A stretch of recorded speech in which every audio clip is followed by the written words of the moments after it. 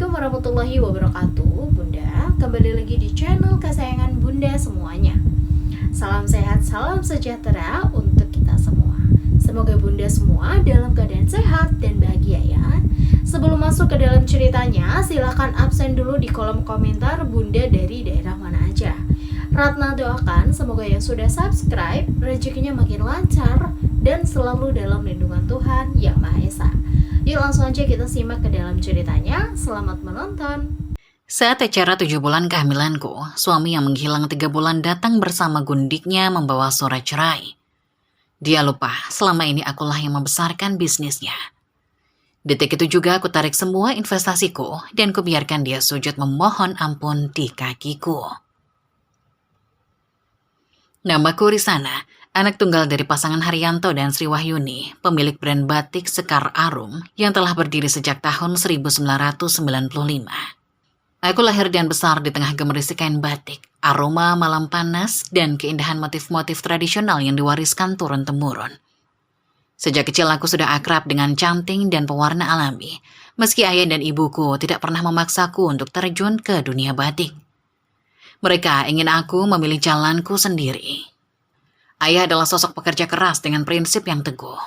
Beliau memulai usaha dari nol, berkeliling menjual kain batik dari rumah ke rumah, hingga akhirnya mampu membuka gerai pertama di Pasar Klewer. Ibu adalah pendamping setia yang mengurus administrasi dan desain, sambil sesekali membantu para pengrajin di belakang. 30 tahun berjalan, usaha mereka berkembang pesat. Kini, Sekar Arum memiliki 2 butik premium di mall ternama di kotaku dengan puluhan karyawan dan pengrajin yang tersebar di berbagai daerah. Aku sendiri memilih kuliah manajemen bisnis di Universitas Terkemuka di Yogyakarta. Bukan karena dipaksa, tapi karena aku memang tertarik untuk mengembangkan usaha keluarga. Aku lulus dengan predikat cum laude dan langsung membantu ayah dan ibu mengelola bisnis. Aku memperbarui sistem pemasaran, merintis penjualan online, dan membuat Sekar Arum dikenal oleh generasi muda. Hidupku baik-baik saja, bahagia bersama orang tua, sibuk dengan pekerjaan yang kucintai. Urusan jodoh, aku tidak pernah terlalu memikirkannya. Ayah dan ibu kadang meledekku. Kapan Risana kasih kami menantu? Atau setidaknya calon? Aku hanya tertawa. Nanti ya, kalau waktunya tepat. Waktu itu tepat di sebuah acara pernikahan teman kuliahku, Desi. Pernikahan digelar di sebuah gedung pertemuan mewah di pinggir kota. Aku datang bersama Lulu, sahabatku sejak SMA yang sampai sekarang masih setia menjadi tempatku berkeluh kesah. Lulu memang selalu ada, bahkan saat aku sibuk dengan bisnis dan dia sibuk dengan karirnya sebagai jurnalis. Ran, kamu cantik banget hari ini. Banyak cowok yang lirik kamu tahu, bisik Lulu sambil menyenggol lenganku. Aku memakai kebaya modern warna peach dengan kain batik tulis Sekar Arum, motif khas keluarga. Aku sengaja mempromosikan produk sendiri.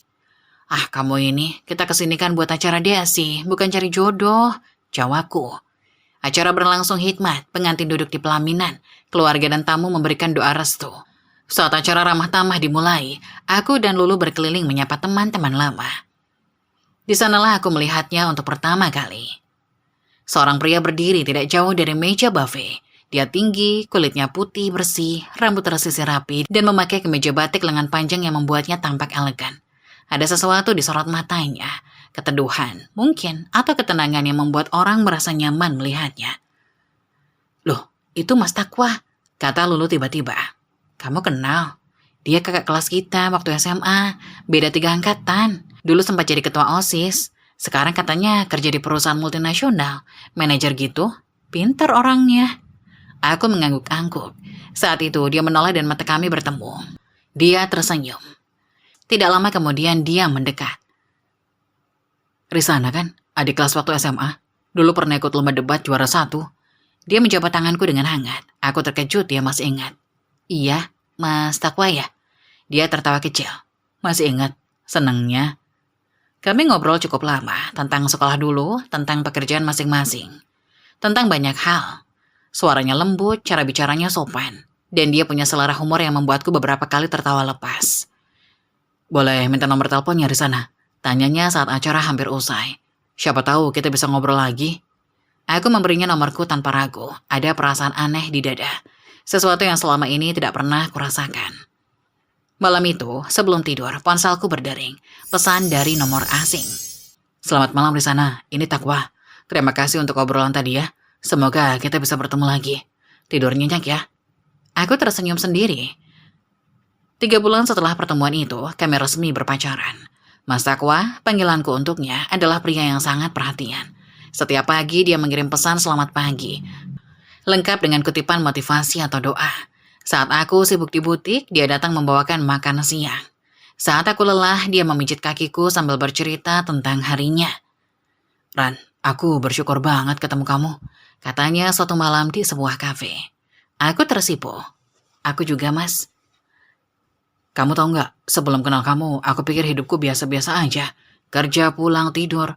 Tapi setelah ada kamu, semuanya berwarna. Matanya serius menatapku, ada ketulusan di sana. Sesuatu yang membuat hatiku meleleh. Mas Takwa juga sama, aku ngerasa hidupku lebih lengkap. Dia menggenggam tanganku.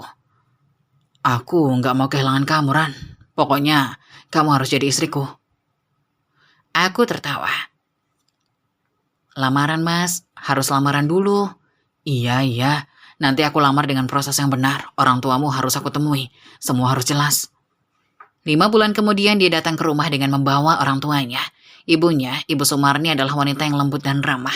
Ayahnya sudah meninggal beberapa tahun sebelumnya. Pertemuan berlangsung hangat. Ayah dan ibuku tampak senang melihat bagaimana Mas Takwa bersikap sopan dan penuh hormat. Pak, Bu, saya datang ke sini untuk meminang putri Bapak dan Ibu Risana. Saya berjanji akan menjaga, menyayangi, dan membahagiakannya seumur hidup saya. Ucapnya dengan suara bergetar haru. Ayah menatapku sebentar, lalu berkata, Nak Takwa, saya lihat kamu laki-laki baik. Tapi ingat, Risana anak tunggal kami. Dia adalah segalanya bagi kami. Kalau kamu sakiti dia, saya tidak akan tinggal diam. Saya paham, Pak. Saya berjanji tidak akan menyakiti Risana. Ibu menambahkan, kami hanya ingin Risana bahagia. Kalau kamu bisa membuatnya bahagia, kami restui. Aku hampir menangis mendengarnya. Pernikahan digelar sederhana tapi hikmat.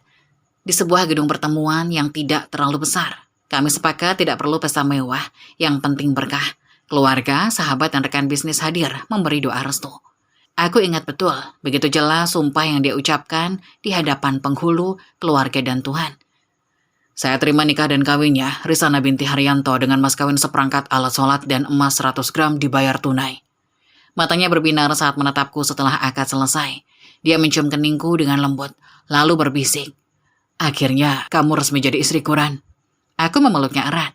Iya, Mas, untuk selamanya. Malam pertama kami lewati dengan sederhana. Kami menginap di hotel dekat rumah, karena besoknya harus siap-siap untuk acara resepsi keluarga. Dia memelukku dari belakang. Dagunya bersandar di pundakku. Ran, aku janji akan jadi suami terbaik untukmu. Akan aku bahagiakan kamu. Akan aku beri kehidupan yang layak. Kamu percaya sama aku kan? Aku mengangguk. Aku percaya, Mas. Dia mengecup puncak kepalaku. Besok kita mulai hidup baru. Hidup kita bersama. Kami berdua tertidur dalam pelukan. Penuh harapan akan masa depan yang cerah. Aku tidak tahu, waktu itu, bahwa di balik semua manisnya di awal, ada badai yang kelak akan menghancurkan mimpi-mimpiku. Tapi untuk malam itu, aku hanya ingin menikmati kebahagiaan yang kurasa. Aku menikah dengan pria yang kucintai, pria yang kupilih menjadi imam dalam hidupku. Mas Takwa, suamiku, awal dari segalanya. 3 bulan sudah kami menjalani bahtera rumah tangga. Awal pernikahan terasa seperti mimpi indah yang tak pernah ingin aku bangunkan. Setiap pagi aku bangun dengan senyuman, menyiapkan sarapan untuk Mas Takwa sebelum dia berangkat kerja. Setiap malam kami habiskan dengan mengobrol, bercanda, atau sekedar berpelukan di sofa sambil menonton televisi. Hidup terasa sempurna. Sampai suatu malam, Mas Takwa mengajakku bicara serius. Kala itu kami baru selesai makan malam. Aku sedang membereskan piring ketika dia menarik tanganku dan mendudukkanku di sebelahnya. Risana, aku mau ngomong sesuatu yang penting. Aku mematutkan posisi duduk, melihat raut wajahnya yang serius. Ada campuran antara kegugupan dan tekad di sana. Ada apa, Mas? Kok serius amat? Dia menggenggam tanganku. Ran, aku ingin keluar dari kerjaanku. Aku terkejut. Bukan karena ide itu sendiri, tapi karena selama ini aku mengira dia menikmati pekerjaannya sebagai manajer di perusahaan multinasional. Gajinya besar, fasilitasnya lengkap, dan prospek karirnya cerah. Kenapa, Mas? Bukannya Mas nyaman di sana? Mas Takwa menghela napas panjang. Awalnya sih nyaman, Ran. Tapi lama-lama aku capek. Capek kerja untuk orang lain. Capek ngejar target yang ditentukan sama orang lain. Capek jadi roda kecil di mesin besar. Aku ingin membangun sesuatu sendiri. Sesuatu yang bisa kita wariskan untuk anak-anak kita nanti. Aku ingin jadi bos untuk diriku sendiri. Aku merenungkan kata-katanya. Sebagai istri tentu aku ingin mendukung impian suamiku. Aku tahu Mas Takwa memang pintar. Selama bekerja dia punya banyak pencapaian dan relasi luas. Mungkin ini saatnya dia melangkah. Kalau Mas mau buka usaha, aku dukung sepenuhnya kok. Tapi usaha apa ya Mas pikirin? Wajahnya langsung berseri, matanya berbinar-binar seperti anak kecil yang mendapat mainan baru. Aku mau buka usaha kain. Selama ini aku punya banyak relasi di dunia tekstil. Ada kenalan supplier, ada kenalan buyer, bahkan ada beberapa yang sudah menawari kerjasama. Aku yakin ini bisa besar. Tapi, dia berhenti sejenak menggigit bibir bawahnya. Tapi apa Mas? Tapi modalnya belum cukup di sana.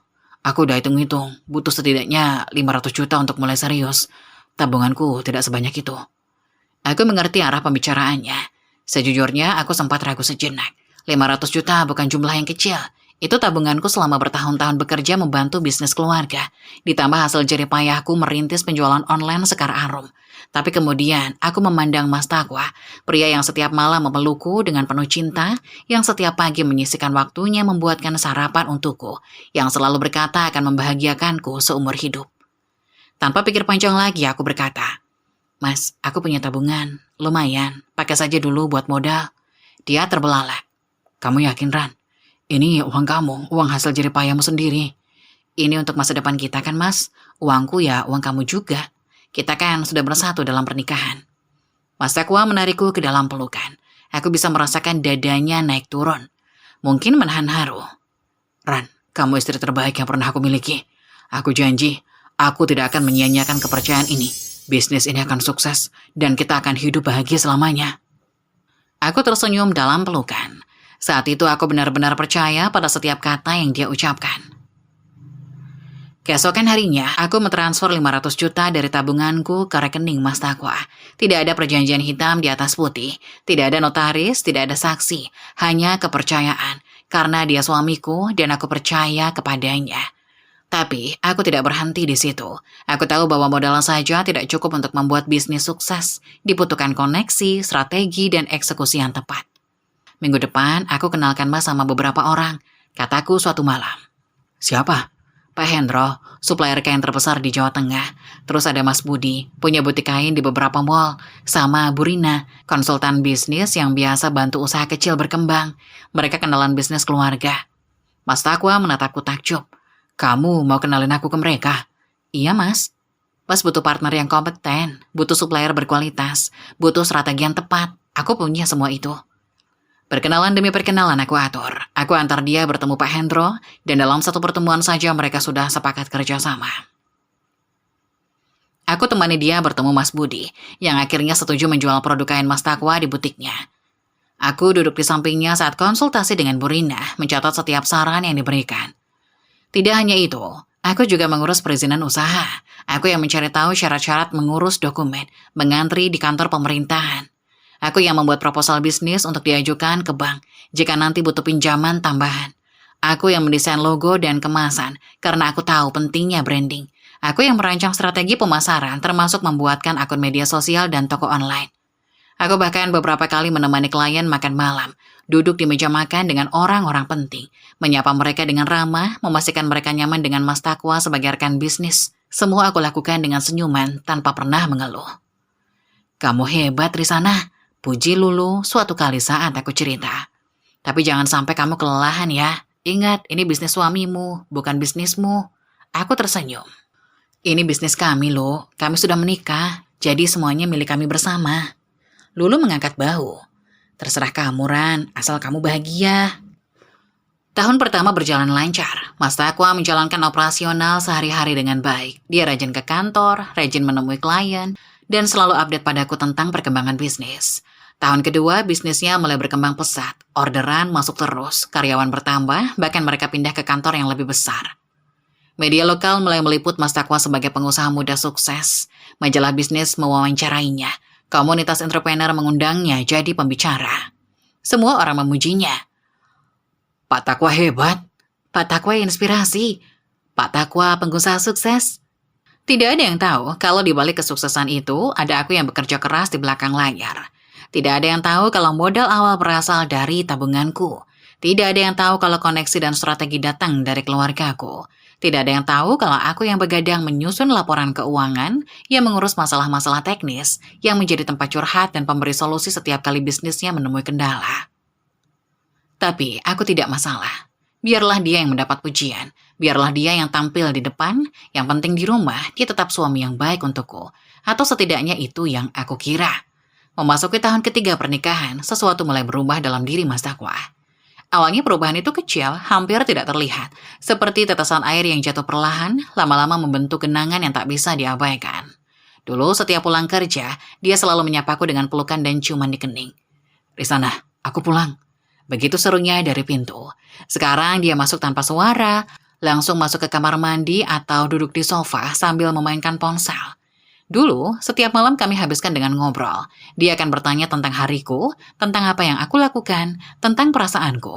Sekarang, kalau aku mulai bercerita, dia hanya mengangguk-angguk sambil matanya tetap tertuju pada layar ponsel. Dulu dia selalu ingat tanggal-tanggal penting. Ulang tahun pernikahan, ulang tahunku, bahkan hari jadi pertama kali kami bertemu. Sekarang dia lupa. Saat aku mengingatkannya, dia hanya berkata, "Oh iya, maaf Ran, sibuk banget hari-hari ini." Dulu dia sering mengajakku jalan-jalan, meski hanya sekedar makan malam atau nonton bioskop. Sekarang setiap aku mengajak, jawabannya selalu sama. "Lain kali ya Ran, banyak kerjaan." Aku mencoba sabar. Mungkin ini efek kesibukan? Bisnisnya memang semakin besar, pasti banyak tanggung jawab yang harus dipikul. Aku tidak boleh egois, pikirku. Tapi satu malam, setelah dia pulang jam 11 malam dan langsung tidur membelakangiku tanpa mengucapkan sepatah kata pun, aku tidak tahan lagi. Pagi harinya saat dia bersiap-siap berangkat kerja, aku memberanikan diri bertanya, "Mas, kenapa akhir-akhir ini sibuk sekali? Pulangnya larut malam terus?" Tanpa menoleh dia menjawab singkat, "Banyak proyek, Ran. Kamu ngerti kan bisnis sedang naik?" Aku mencoba lagi. "Iya, aku ngerti. Tapi aku kangen, Mas. Kita jarang ngobrol sekarang. Jarang quality time." Dia berhenti memakai dasi lalu menatapku sekilas. "Ran, aku ngelakuin semua ini buat kita loh. Buat masa depan kita. Kamu ngerti kan?" "Iya, aku ngerti, Mas. Tapi apa? Kamu dulu yang dukung aku buka usaha. Kamu yang bilang ini untuk masa depan kita. Sekarang usaha sudah berjalan. Aku harus fokus. Jangan malah kamu yang jadi penghambat." Kata-kata itu seperti tamparan. Penghambat? Aku? Dia menarik napas panjang, lalu suaranya melunak sedikit. "Maaf Ran, aku capek. Aku nggak bermaksud kasar. Tapi tolong pengertiannya ya. Nanti kalau semuanya sudah stabil, kita akan punya banyak waktu bersama." Aku mengangguk pasrah. Dia mengecup keningku cepat lalu pergi. Sejak itu komunikasi kami makin renggang. Dia pulang semakin larut, bahkan kadang tidak pulang sama sekali dengan alasan menginap di kantor karena ada rapat pagi buta. Pesan-pesanku sering tidak dibalas, atau dibalas berjam-jam kemudian dengan jawaban super singkat. "Iya, oke, nanti, sibuk." Aku mulai merasa kesepian di rumah sendiri. Lalu, sahabatku sejak SMA mulai curiga. Dia sering mampir ke rumah, dan dari caranya memandangiku, aku tahu dia bisa membaca ada yang tidak beres. "Ran, kamu kenapa? Kok akhir-akhir ini kelihatan murung terus?" Tanya Lulu suatu sore. "Enggak, Lu, aku baik-baik aja kok." "Jangan bohong, aku kenal kamu dari SMA. Kalau ada sesuatu, kalau ada sesuatu, cerita aja." Aku diam sejenak, lalu akhirnya menumpahkan semua kegundahanku. Tentang Mas Takwa yang berubah, tentang komunikasi yang renggang, tentang perasaanku yang mulai terusik. Lulu mendengarkan dengan seksama, wajahnya berubah serius. "Ran, kamu yakin Takwa baik-baik aja? Jangan-jangan ada yang lain?" Aku terkesiap.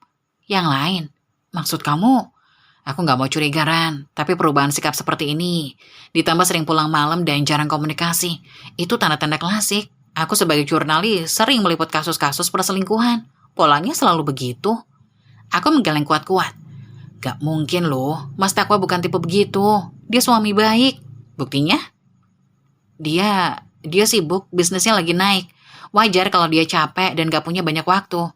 Lulu menghela napas.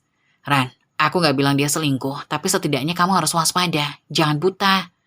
Aku tersinggung sedikit. "Aku gak buta, Lu. Aku tahu suamiku." Lulu mengangkat tangan. Ya udah. Aku cuma khawatir kok. Tapi kalau kamu yakin dia baik-baik aja, aku percaya. Pembicaraan itu berakhir, tapi kata-kata Lulu terus terngiang di kepalaku. Malamnya, saat Mas Takwa pulang, aku mencoba mengamatinya lebih seksama. Dia masuk rumah jam 11 malam, terlihat lelah. Aku menyambutnya dengan segelas air putih. Mas, makan malam dulu. Aku masak kesukaan Mas. Dia menggeleng. Enggak, Ran, capek. Aku mau tidur. Aku bikinin susu hangat ya. Gak usah. Dia melangkah menuju kamar mandi, mengunci pintu. Saat dia mandi, ponselnya berdering di atas meja. Aku melirik. Layar menyala, menampilkan nama Sekar dengan pesan masuk yang tidak sempat kubaca karena ponselnya langsung mati. Sekar, nama perempuan. Siapa itu? Aku mencoba mengabaikannya. Rasa curiga yang tiba-tiba muncul. Mungkin rekan bisnis, pikirku, atau sekretarisnya, atau klien. Ya, pasti salah satu dari itu. Tapi kenapa pesannya masuk sampai larut malam? Dan kenapa namanya disimpan dengan panggilan akrab tanpa embel-embel ibu atau bu? Aku mengguncang kepala. Jangan curiga, Risa. Jangan seperti Lulu. Mas Takwa, suami baik. Dia tidak mungkin melakukan hal itu. Tapi jauh di lubuk hatiku ada kecemasan yang tak bisa aku hindari. Seperti bisikan halus yang selalu mengatakan, ada yang tidak beres. Ada yang tidak beres. Malam itu, saat Mas Takwa tidur membelakangiku seperti biasa, aku terbaring memandangi langit-langit kamar. Pikiranku berkecambuk antara cinta, kepercayaan, dan keraguan yang mulai merayap masuk. Aku tidak tahu bahwa ini baru awal, bahwa perubahan yang kurasakan saat ini hanyalah puncak gunung es dari sesuatu yang jauh lebih besar dan lebih menyakitkan yang akan segera datang. Aku tidak tahu bahwa di balik semua kesibukan yang dia katakan, ada rahasia yang sedang dibangun, rahasia yang kelak akan menghancurkan seluruh duniaku. Tapi untuk malam itu, aku hanya bisa berdoa. Berdoa agar kecurigaanku salah. Berdoa agar Mas Takwa tetap menjadi suami yang dulu ku kenal. Berdoa agar rumah tanggaku selamat dari badai yang mulai terasa hembusan anginnya. Esok harinya, Mas Takwa bangun lebih pagi dari biasanya. Aku pura-pura tidur saat dia bersiap-siap. Tapi dari balik kelopak mataku yang setengah terbuka, aku melihat dia mematut diri di depan cermin lebih lama dari biasanya. Bajunya rapi, rambutnya disisir dengan gel, bahkan dia menyemprotkan parfum mahal yang dulu aku belikan untuk hadiah ulang tahun. Dia pergi tanpa mengecup keningku, dan untuk pertama kalinya air mataku jatuh di pagi hari. Aku tidak tahu kemana dia pergi, aku tidak tahu dengan siapa dia bertemu. Yang aku tahu, suamiku yang dulu penuh perhatian, kini menjelma menjadi orang asing yang tinggal di rumah yang sama. Lulu mungkin benar, atau mungkin tidak. Tapi satu hal yang pasti ada yang berubah, dan perubahan itu tidak membawa kebaikan. Aku hanya bisa berharap, ini hanya fase, hanya kesibukan sementara yang akan berlalu, hanya ujian kecil yang akan membuat kami lebih kuat. Tapi harapan seringkali hanyalah ilusi yang kita ciptakan untuk menutupi kenyataan yang tak ingin kita hadapi. Di tengah dinginnya rumah tanggaku, aku menemukan secercah harapan. Aku hamil. Penemuan itu terjadi pada pagi yang biasa. Saat Mas Takwa sudah pergi ke kantor tanpa pamit seperti biasa. Aku bangun dengan rasa mual yang luar biasa, sesuatu yang tidak biasa ku alami. Awalnya kupikir mungkin salah makan, tapi rasa mual itu terus berlangsung selama beberapa hari. Lulu yang kebetulan mampir langsung bereaksi. Ran, jangan-jangan kamu hamil, serunya dengan mata berbinar. Aku tertawa kecil. Ah, masa? 3 tahun belum juga, masa sekarang tiba-tiba? Coba tes dulu, nanti aku belikan test pack deh. Lulu segera pergi ke apotek terdekat dan kembali dengan 2 test pack. Nih, coba sekarang, aku tunggu di sini ya. Dengan jantung berdebar, aku masuk ke kamar mandi. Tanganku gemetar saat mencelupkan test pack ke dalam wadah. Beberapa menit terasa seperti berjam-jam. Dan kemudian, 2 garis merah. Aku hampir tidak percaya. Aku memeriksanya berulang kali. Memastikan mataku tidak salah melihat. Tapi benar, 2 garis merah jelas terlihat. Lulu. Aku berlari keluar kamar mandi dengan test pack di tangan. Lulu membaca hasilnya, lalu melompat kegirangan. Ya Allah, Ran, kamu hamil. Selamat ya. Selamat, Ran. Kami berpelukan. Lulu menangis, aku juga menangis. Bukan tangis sedih, tapi tangis haru yang membuncah. Setelah 3 tahun menanti, setelah doa-doa yang terus kupanjatkan, akhirnya Allah mengabulkan. Ini jawaban dari doa-doaku, Lu. Bisikku di sela isak tangisku. Mungkin ini yang akan memperbaiki semuanya. Mungkin kehadiran bayi ini akan mencairkan suasana rumah tanggaku yang beku. Lulu mengusap air mataku. Iya, Semoga Mas Takwa juga senang mendengar kabar ini. Pasti dia akan berubah jadi lebih perhatian lagi. Aku mengangguk penuh harap. Ya, pasti Mas Takwa akan senang. Ini anak pertamanya, anak yang kami nantikan bersama.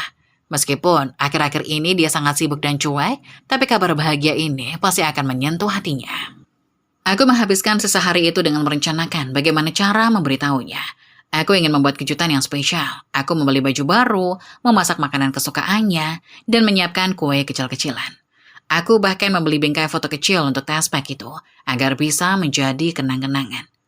Mas Takwa pulang lebih awal malam itu, mungkin karena sedang tidak ada lembur, pikirku. Atau mungkin ada firasat bahwa ada kabar baik menantinya. Mas, kamu pulang. Aku menyambutnya di pintu dengan senyuman lebar. Iya, capek.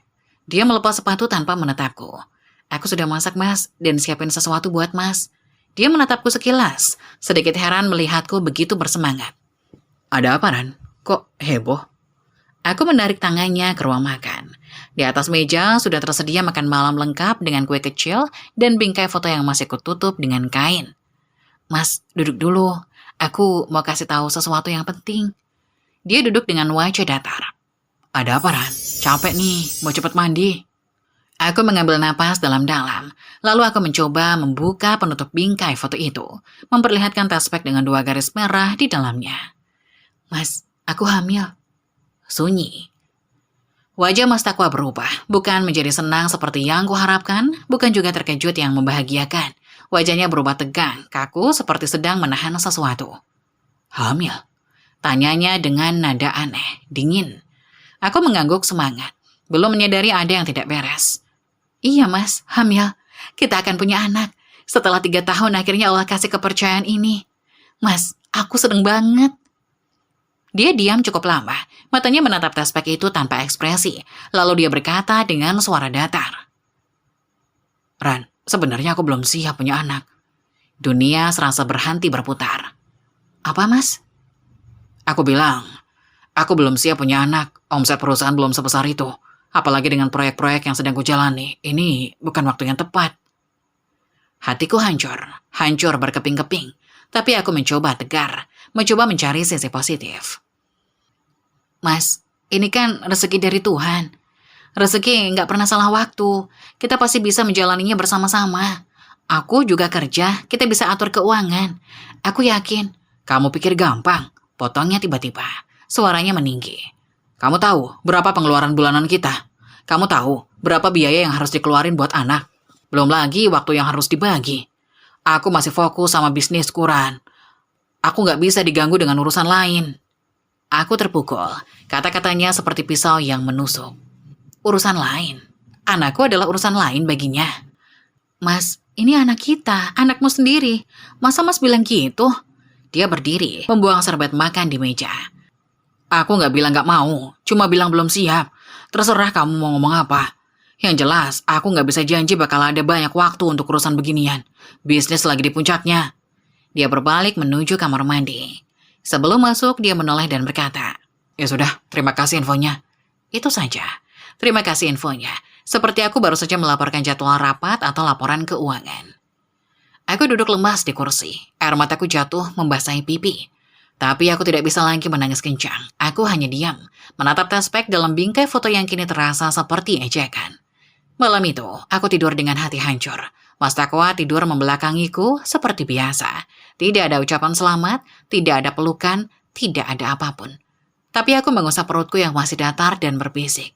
Kamu adalah anugerah, nak. Ibu akan sayang kamu apapun yang terjadi. Keesokan harinya, aku bangun dengan mata bengkak. Mas Takwa sudah pergi, seperti biasa. Tidak ada pesan, tidak ada ucapan apapun. Lulu datang seperti biasa dan langsung panik melihat wajahku. Risana, kenapa? Kok nangis? Mas Takwa marah. Kugelengkan kepala, lalu kuceritakan semuanya. Lulu mendengarkan dengan wajah berubah dari panik menjadi marah. Saat aku selesai bercerita, dia mengepalkan tangannya. Dia bilang apa? Belum siap. Anak sendiri dibilang urusan lain. Dasar brengsek. Lu, jangan keras-keras. Risana, kamu gak lihat apa? Ini bukan soal siap atau gak siap. Ini soal dia yang udah berubah total. Dulu dia perhatian. Sekarang kok kayak orang asing. Kamu hamil. Masa responnya kayak gitu? Aku diam karena Lulu benar, tapi aku masih berusaha mencari alasan. Mungkin dia benar-benar stres karena bisnis, Lu. Mungkin nanti kalau sudah dekat-dekat lahiran, dia akan berubah. Lulu menghela napas panjang. Ran, kamu ini baik banget, terlalu baik. Sampai-sampai kamu rela dibodohin. Aku gak dibodohin, Lu. Dia suamiku. Iya. Tapi tolonglah, jangan tutup mata. Perhatikan dia lebih seksama. Aku gak mau kamu tersakiti lebih dalam lagi. Aku mengangguk, meski sebenarnya tidak terlalu yakin bisa melakukan apa yang Lulu minta. Hari-hari berikutnya berjalan dengan pola yang sama. Mas Aqua tetap sibuk, tetap pulang larut, tetap cuek. Bedanya sekarang dia kadang pulang dan langsung tidur di ruang tamu tanpa masuk kamar. Alasannya biar gak ganggu tidur kamu. Tapi aku tahu itu alasan, dia hanya tidak ingin tidur satu ranjang denganku. Kehamilanku berjalan dengan berat. Aku sering mual di pagi hari, kadang sampai tidak bisa makan. Aku mudah lelah, mudah pusing, tapi aku jalani sendiri. Tidak ada suami yang menemani periksa ke dokter. Tidak ada suami yang menanyakan kabar janinnya. Suatu malam, aku tidak sengaja mendengar percakapan teleponnya. Dia mengira aku sudah tidur, tapi aku terbangun karena haus dan melewati ruang tamu. Iya sayang, iya, nanti aku ke sana. Kangen juga? Iya, Sabtu ini pasti. Kamu sabar ya. Suaranya lembut, sangat lembut. Lembut seperti dulu dia bicara padaku. Sayang, panggilan sayang untuk siapa? Dadaku sesak. Aku diam di balik dinding berusaha tidak bersuara. Dia menutup telepon, lalu aku dengar langkah kakinya menuju kamar. Aku cepat-cepat kembali ke tempat tidur dan pura-pura tertidur. Dia masuk, tidak mengecekku, langsung tidur. Malam itu aku menangis dalam diam. Menangis untuk pertama kalinya menyadari bahwa mungkin saja ada orang lain. Tapi keesokan harinya, saat dia pamit pergi dengan wajah datar, aku memilih diam. Aku memilih tidak bertanya, karena aku takut dengan jawabannya. Aku hanya mengusap perutku yang mulai sedikit membesar dan berbisik. Ibu akan kuat, nak. Ibu akan kuat untuk kamu. Usia kehamilanku menginjak 3 bulan ketika Mas Takwa datang dengan wajah serius suatu malam. Aku sedang duduk di ruang tamu, merencanakan menu makanan sehat untuk kehamilanku ketika dia masuk dan duduk di seberangku tanpa basa-basi. Risana, aku harus ngomong sesuatu. Aku menatapnya dengan sedikit cemas. Ada apa, Mas? Dia menghela napas panjang, matanya menghindar dariku. Aku harus ke Kalimantan, ada proyek besar di sana. Aku harus mengurusnya langsung, ini proyek penting. Bisa bikin perusahaan naik level. Kalimantan? Berapa lama, Mas? Gak tahu pasti. Mungkin beberapa minggu, mungkin berbulan-bulan, tergantung proyek. Bisa lebih lama kalau semuanya lancar. Aku merasakan ada yang aneh. Kenapa tiba-tiba ada proyek di Kalimantan? Selama ini bisnisnya hanya berpusat di Jawa, tapi aku tidak ingin curiga berlebihan. Mungkin ini memang peluang besar. Mas, aku lagi hamil muda. Masa Mas pergi lama-lama sih? Dia menghela napas kesal. Risana, ini pekerjaan, kamu harus ngerti lah. Aku gak bisa terus berada di samping kamu. Kamu kan punya keluarga, punya Lulu. Mereka bisa bantu. Tapi Mas, ini anak kita. Masa Mas tinggalin? Kamu gak ngerti ya? Ini demi masa depan kita juga. Nanti kalau proyek ini sukses, kita bisa hidup lebih enak. Anak kita juga hidupnya enak. Tapi kalau sekarang aku fokus di sini terus, mana bisa berkembangnya? Aku tertunduk. Kata-katanya terdengar masuk akal, tapi hatiku tetap tidak terima. Hati-hati ya, Mas. Kabari aku terus. Jangan putus komunikasi. Dia berdiri, sudah selesai dengan pembicaraan ini. Iya, pokoknya urus diri baik-baik. Malam itu dia tidak tidur di rumah. Katanya ada keperluan mendadak. Aku tidak tahu apa itu benar atau tidak. Yang jelas, aku tidur sendiri lagi. Minggu pertama kepergiannya, komunikasi masih lancar. Dia menjawab pesanku, meski kadang lama. Kadang dia menelpon sebentar menanyakan kabar, lalu cepat menutup telepon dengan alasan sibuk. Minggu kedua, pesannya mulai jarang. Aku kirim kabar, dibalas berjam-jam kemudian dengan 1-2 kata. Iya, sehat, oke. Minggu ketiga, dia hanya membalas 1-2 kali. Teleponnya selalu sibuk atau tidak diangkat. Aku mulai cemas. Minggu keempat, dia benar-benar hilang. Nomornya mati, pesan-pesanku tidak terkirim. Semua jalur komunikasi putus. Aku panik. Aku coba hubungi rekan-rekan bisnisnya. Satu persatu kutanyai tentang proyek di Kalimantan. Bu Risma, maaf. Saya tidak tahu apa-apa soal proyek di Kalimantan. Pak Takwa tidak pernah bilang. Kata Pak Hendro, supplier lamanya. Sama, semua jawabannya sama, tidak ada yang tahu. Tidak ada yang pernah mendengar Mas Takwa punya proyek di Kalimantan. Dadaku sesak. Kalau tidak ada proyek, lalu di mana dia? Aku coba hubungi kenalan di dunia usaha, siapa tahu mereka tahu. Hasilnya nihil. Aku cek media sosialnya, sudah tidak aktif sejak minggu pertama. Aku cek media sosial bersama kami, tidak ada postingan juga. 2 bulan berlalu, tidak ada kabar, tidak ada tanda-tanda kehidupan. Aku mengandung anaknya sendirian, tanpa tahu di mana suamiku berada. Lulu selalu menemaniku. Dia yang mengantarku kontrol kehamilan. Dia membelikan vitamin, yang memastikan aku makan teratur. Tanpa Lulu, mungkin aku sudah gila. Ran, apa kamu gak lapor polisi? Tanyanya suatu hari. Lapor polisi dengan tuduhan apa lo? Suami hilang. Nanti ketemu aku yang malu. Tapi ini udah 2 bulan, Ran. 2 bulan suami kamu hilang tanpa kabar. Kamu kan hamil. Masa dia tega? Aku hanya bisa menangis. Dengan kondisi hamil yang makin besar, aku memutuskan mendatangi rumah mertuaku di kota sebelah. Ibu Sumarni, ibu Mas Takwa, selama ini baik padaku. Mungkin beliau tahu sesuatu. Perjalanan ke kota sebelah memakan waktu 3 jam. Aku datang dengan perasaan campur aduk. Malu karena harus bertanya tentang anak sendiri, tapi juga berharap. Ibu Sumarni terkejut melihatku. Rizana, kamu sendirian? Loh, Takwa mana? Kok nggak antar? Aku mencoba tersenyum meski sulit. Bu, Mas Takwa pergi ke Kalimantan 2 bulan lalu. Urusan proyek katanya. Tapi sekarang dia nggak bisa dihubungi. Apa ibu tahu sesuatu? Wajah Ibu Sumarni berubah. Kalimantan? Takwa bilang mau ke Kalimantan. Iya Bu, katanya ada proyek besar. Tapi setelah 2 bulan, gak ada kabar sama sekali. Ibu Sumarni menggeleng, wajahnya menunjukkan kebingungan dan kekhawatiran. Lah, Takwa gak pernah bilang apa-apa ke saya. 2 bulan lalu dia sempat telepon Rizana. Bilangnya sibuk urus bisnis di Jawa aja. Gak ada cerita mau ke Kalimantan. Saya kira dia ada di rumah sama kamu. Dunia serasa runtuh. Seketika aku tahu, Mas Takwa menghilang dengan sengaja. Semua alasan tentang proyek Kalimantan hanya kedok. Rizana, kamu gak apa-apa. Mukamu pucat sekali. Ibu Sumarni memegang lenganku. Bu, saya hamil 3 bulan. Ibu Sumarni terkesiap, lalu matanya berkaca-kaca. Ya Allah, Ran, kamu hamil. Terus Takwa malah menghilang. Anak itu kenapa sih? Aku tidak bisa menahan tangis. Ibu Sumarni memelukku erat. Sabar ya Rizana, sabar. Kita cari sama-sama. Saya juga akan cari lewat semua kenalan. Takwa pasti ketemu. Pokoknya saya janji, saya akan bantu cari anak saya. Aku mengangguk dalam pelukannya. Ibu Sumarni benar-benar menepati janjinya. Beliau menghubungi semua kerabat, teman, bahkan mantan rekan kerja Mas Takwa. Tapi hasilnya sama. Tidak ada yang tahu di mana Mas Takwa berada. Beliau juga rutin mengunjungiku di rumah. Setiap minggu, beliau datang membawa makanan, menemani ngobrol, kadang ikut menangis bersamaku. Saya malu Rizana. Anak saya tega-teganya ninggalin istri lagi hamil. Saya nggak bisa bayangin perasaan kamu. Bu, saya sudah ikhlas. Mungkin ini takdir saya. Jangan bilang begitu, Ran. Kamu istri soleha. Saya tahu itu. Saya nggak tahu apa yang terjadi dengan anak saya. Tapi saya yakin Allah pasti membalas kebaikan kamu. Aku tersenyum getir. Ibu mertuaku baik, sangat baik. Tapi dia tidak bisa menggantikan posisi suami yang menghilang tanpa jejak. Hari-hari berlalu, kehamilanku semakin besar. Tapi hati semakin hampa. Aku menjalani hidup seperti robot.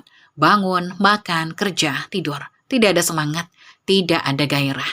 Hanya Tanel, panggilanku untuk calon bayiku yang membuatku bertahan. Lulu kadang mengajakku bicara serius. Ran, kamu harus siap dengan kemungkinan terburuk. Kemungkinan apa? Kalau Takwa memang punya orang lain. Kalau dia sengaja ninggalin kamu. Kalau dia gak akan balik. Aku diam, pikiranku berkecamuk. Jangan-jangan kamu udah tahu ya. Jangan-jangan kamu sudah punya firasat. Aku menunduk. Aku gak tahu lu. Tapi aku tahu. Aku tahu mungkin Lulu benar. Aku tahu mungkin Mas Takwa memang sudah punya orang lain. Aku ingat telepon malam itu. Panggilan sayang, suara lembut yang dulu hanya untukku. Tapi aku tidak mau percaya, tidak sampai ada bukti nyata. Lulu menatapku. Rizana, aku gak mau kamu terus-terusan begini. Kamu harus cari tahu kebenarannya. Demi kamu, demi anak kamu. Aku mengangguk pelan. Lulu benar. Aku tidak bisa terus hidup dalam ketidakpastian. Aku harus tahu. Meski sakit, meski hancur, aku harus tahu. Malam itu, untuk pertama kalinya, aku berdoa meminta petunjuk. Bukan agar Mas Takwa kembali, tapi agar aku diberi kekuatan menghadapi apa yang akan terjadi. Dan dalam doaku muncul tekad baru. Aku akan mencari tahu kebenaran.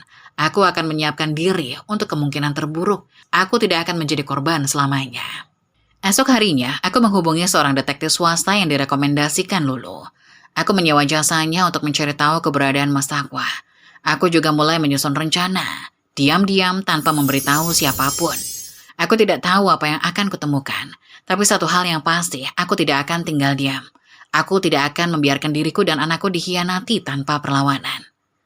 3 bulan kehamilanku telah berlalu, Mas Takwa masih hilang. Tapi untuk pertama kalinya setelah sekian lama, aku merasa tidak sendiri. Aku punya Lulu, aku punya keluarga, aku punya Tanael dalam kandunganku, dan aku punya diriku sendiri. Hari-hari berlalu dalam ketidakpastian. Aku menjalani kehamilan dengan berat. Bukan hanya secara fisik, tapi juga secara mental. Perutku semakin membesar, membawa harapan baru yang tumbuh di dalam rahim, tapi di saat yang sama, hati ini semakin hampa ditinggal pergi tanpa kepastian. Rasa mual di pagi hari masih sering menyerang. Kadang aku terbangun pukul 3 pagi, berlari ke kamar mandi untuk memuntahkan apapun yang ada di perut, sendirian. Tidak ada tangan hangat yang mengelus punggungku, tidak ada suara lembut yang bertanya, "Kamu gak paparan?" Aku belajar menjadi kuat, bukan karena aku memang kuat, tapi karena aku tidak punya pilihan. Lulu selalu ada untukku, sahabat sejatiku itu seolah tidak pernah lelah menemani. Setiap minggu dia menjemputku untuk periksa ke dokter kandungan, duduk di sampingku di ruang tunggu, memegang tanganku saat aku deg-degan mendengar detak jantung janin. Kami tersenyum bahagia saat dokter bilang semuanya normal. "Bayinya sehat, Bu, perkembangannya bagus, Ibu juga harus jaga kesehatan," kata dokter setiap kali. Lulu akan bersuara kecil, seperti dia yang hamil. "Dengar tuh, bayinya sehat, kamu juga harus sehat. Nanti aku temenin terus sampai lahiran ya." Aku tersenyum haru. "Loh, kamu nggak capek nemenin aku terus?" "Capek? Masa sama sahabat sendiri capek? Lagian ini juga bayiku loh, calon ponakanku. Aku harus jagain." Kami tertawa kecil. Lulu memang selalu bisa mencairkan suasana. Tapi di balik keceriaan itu, ada luka yang menganga. Saat malam tiba, saat Lulu pulang, dan semua kembali sunyi, luka itu menganga lebar. Aku berbaring di ranjang yang terasa terlalu besar untukku sendiri, memandangi langit-langit, bertanya di dalam hati. "Di mana kamu, Mas? Apa kamu tahu aku mengandung anakmu? Apa kamu peduli?" Ponselku selalu dalam genggaman, berharap ada pesan masuk darinya, tapi tidak ada. Layar ponsel tetap gelap, sunyi, seperti suamiku yang entah di mana. Aku mulai terbiasa tidur dengan lampu kamar menyala, bukan karena takut gelap, tapi karena takut dengan keheningan yang terlalu pekat. Lampu itu seperti teman yang setia menemaniku melewati malam-malam panjang. Ibu mertua, Ibu Sumarni, rutin mengunjungiku. Setiap minggu beliau datang dari kota sebelah, membawa berbagai macam makanan. Kadang sayur asam kesukaanku, kadang sop buntut yang hangat, kadang jajanan pasar yang manis-manis. "Risana, ini Ibu bawa sayur asam. Katanya kemarin kamu kangen. Ibu masakin nih, makan yang banyak ya, buat kamu dan cucu Ibu." Matanya berkaca-kaca setiap kali menyebut cucu. Aku tahu, beliau juga menderita. Anak satu-satunya menghilang tanpa jejak, meninggalkan istri yang sedang hamil. "Ibu juga jaga kesehatan, jangan terlalu capek mikirin saya," kataku suatu hari. Beliau menghela napas panjang, mengusap kepalaku lembut seperti saat aku masih kecil dan ibuku melakukan hal yang sama. "Ibu malu, Risana. Ibu malu banget sama kamu. Anak ibu tega-teganya ninggalin istri lagi hamil. Ibu nggak tahu apa yang ada di pikiran anak ibu. Ibu sudah coba cari lewat semua kenalan, teman SMA-nya, teman kuliahnya, mantan teman kerjanya. Tapi nggak ada yang tahu dia di mana." Sambil menangis beliau melanjutkan. "Kadang ibu mikir, apa ibu salah didik? Apa ibu terlalu manjain dia sampai-sampai dia tega berbuat begini?" Aku memegang tangannya. "Bu, jangan salahin diri sendiri. Mas Takwa sudah dewasa, semua pilihan ada di tangan dia. Bukan salah ibu." "Mungkin ini takdir saya, Bu," kataku lirih. "Mungkin saya memang harus menjalani ini." Ibu Sumarni memeluk erat. "Jangan bilang gitu, Ran. Kamu istri salehah. Saya tahu itu. Saya nggak tahu apa yang terjadi dengan anak saya, tapi saya yakin Allah akan balas kebaikan kamu. Kamu sabar ya Risana. Saya akan terus cari, saya akan terus doakan kamu." Kami berpelukan, menangis bersama. Dua perempuan yang sama-sama terluka oleh pria yang sama. Tanpa aku sadari, kehamilanku sudah memasuki bulan ke-7. Perutku semakin besar, gerakan bayi makin kuat. Kadang malam-malam dia menendang-nendang, seperti ingin bilang, "Mah, aku di sini, aku sehat." Dan aku akan membalas dengan mengusap perut sambil berbisik, "Mama sayang kamu, nak. Mama nggak sabar mau ketemu kamu." Ayah dan ibuku mulai membicarakan acara 7 bulanan. Menurut tradisi keluarga, kehamilan 7 bulan harus disyukuri dengan doa bersama dan keselamatan. Biasanya dilakukan oleh kedua keluarga besar dengan suami di sisi istri. "Nak, kami mau ngadain acara 7 bulanan buat kamu," kata ayah suatu sore saat berkunjung. Aku menggeleng. "Ayah, gak usah. Buat apa? Mas Takwa juga gak ada." "Justru karena itu, nak, biar kami yang ngurus. Yang penting kamu sehat dan bayimu selamat. Biar keluarga besar kita berkumpul, mendoakan kamu dan cucu kita." Ibu menambahkan, "Risana, ibu tahu kamu sedih, tapi ini bukan cuma soal kamu. Ini soal bayi dalam kandunganmu. Dia berhak didoakan, diberkahi oleh keluarga besar. Jangan ditolak ya, nak." Aku masih bergeming.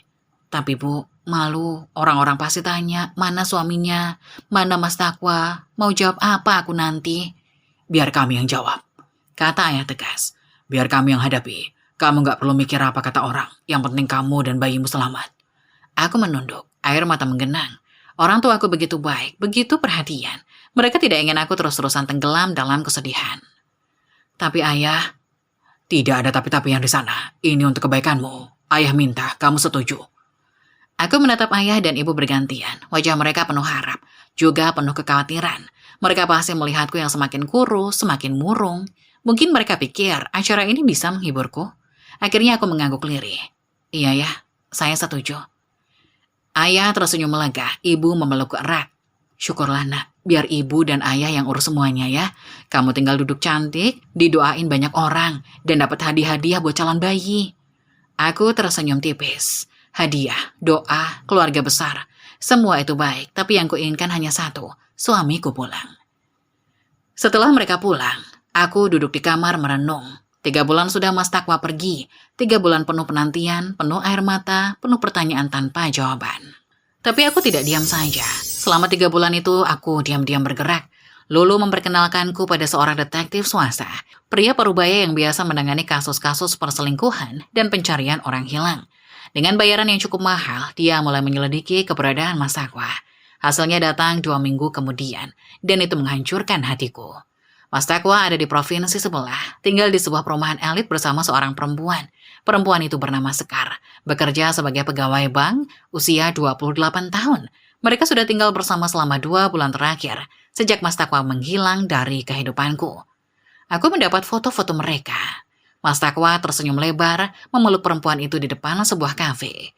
Mas Takwa sedang berbelanja di mall, menggandeng tangan Sekar.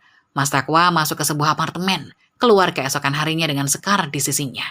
Aku menangis semalaman saat melihat foto-foto itu.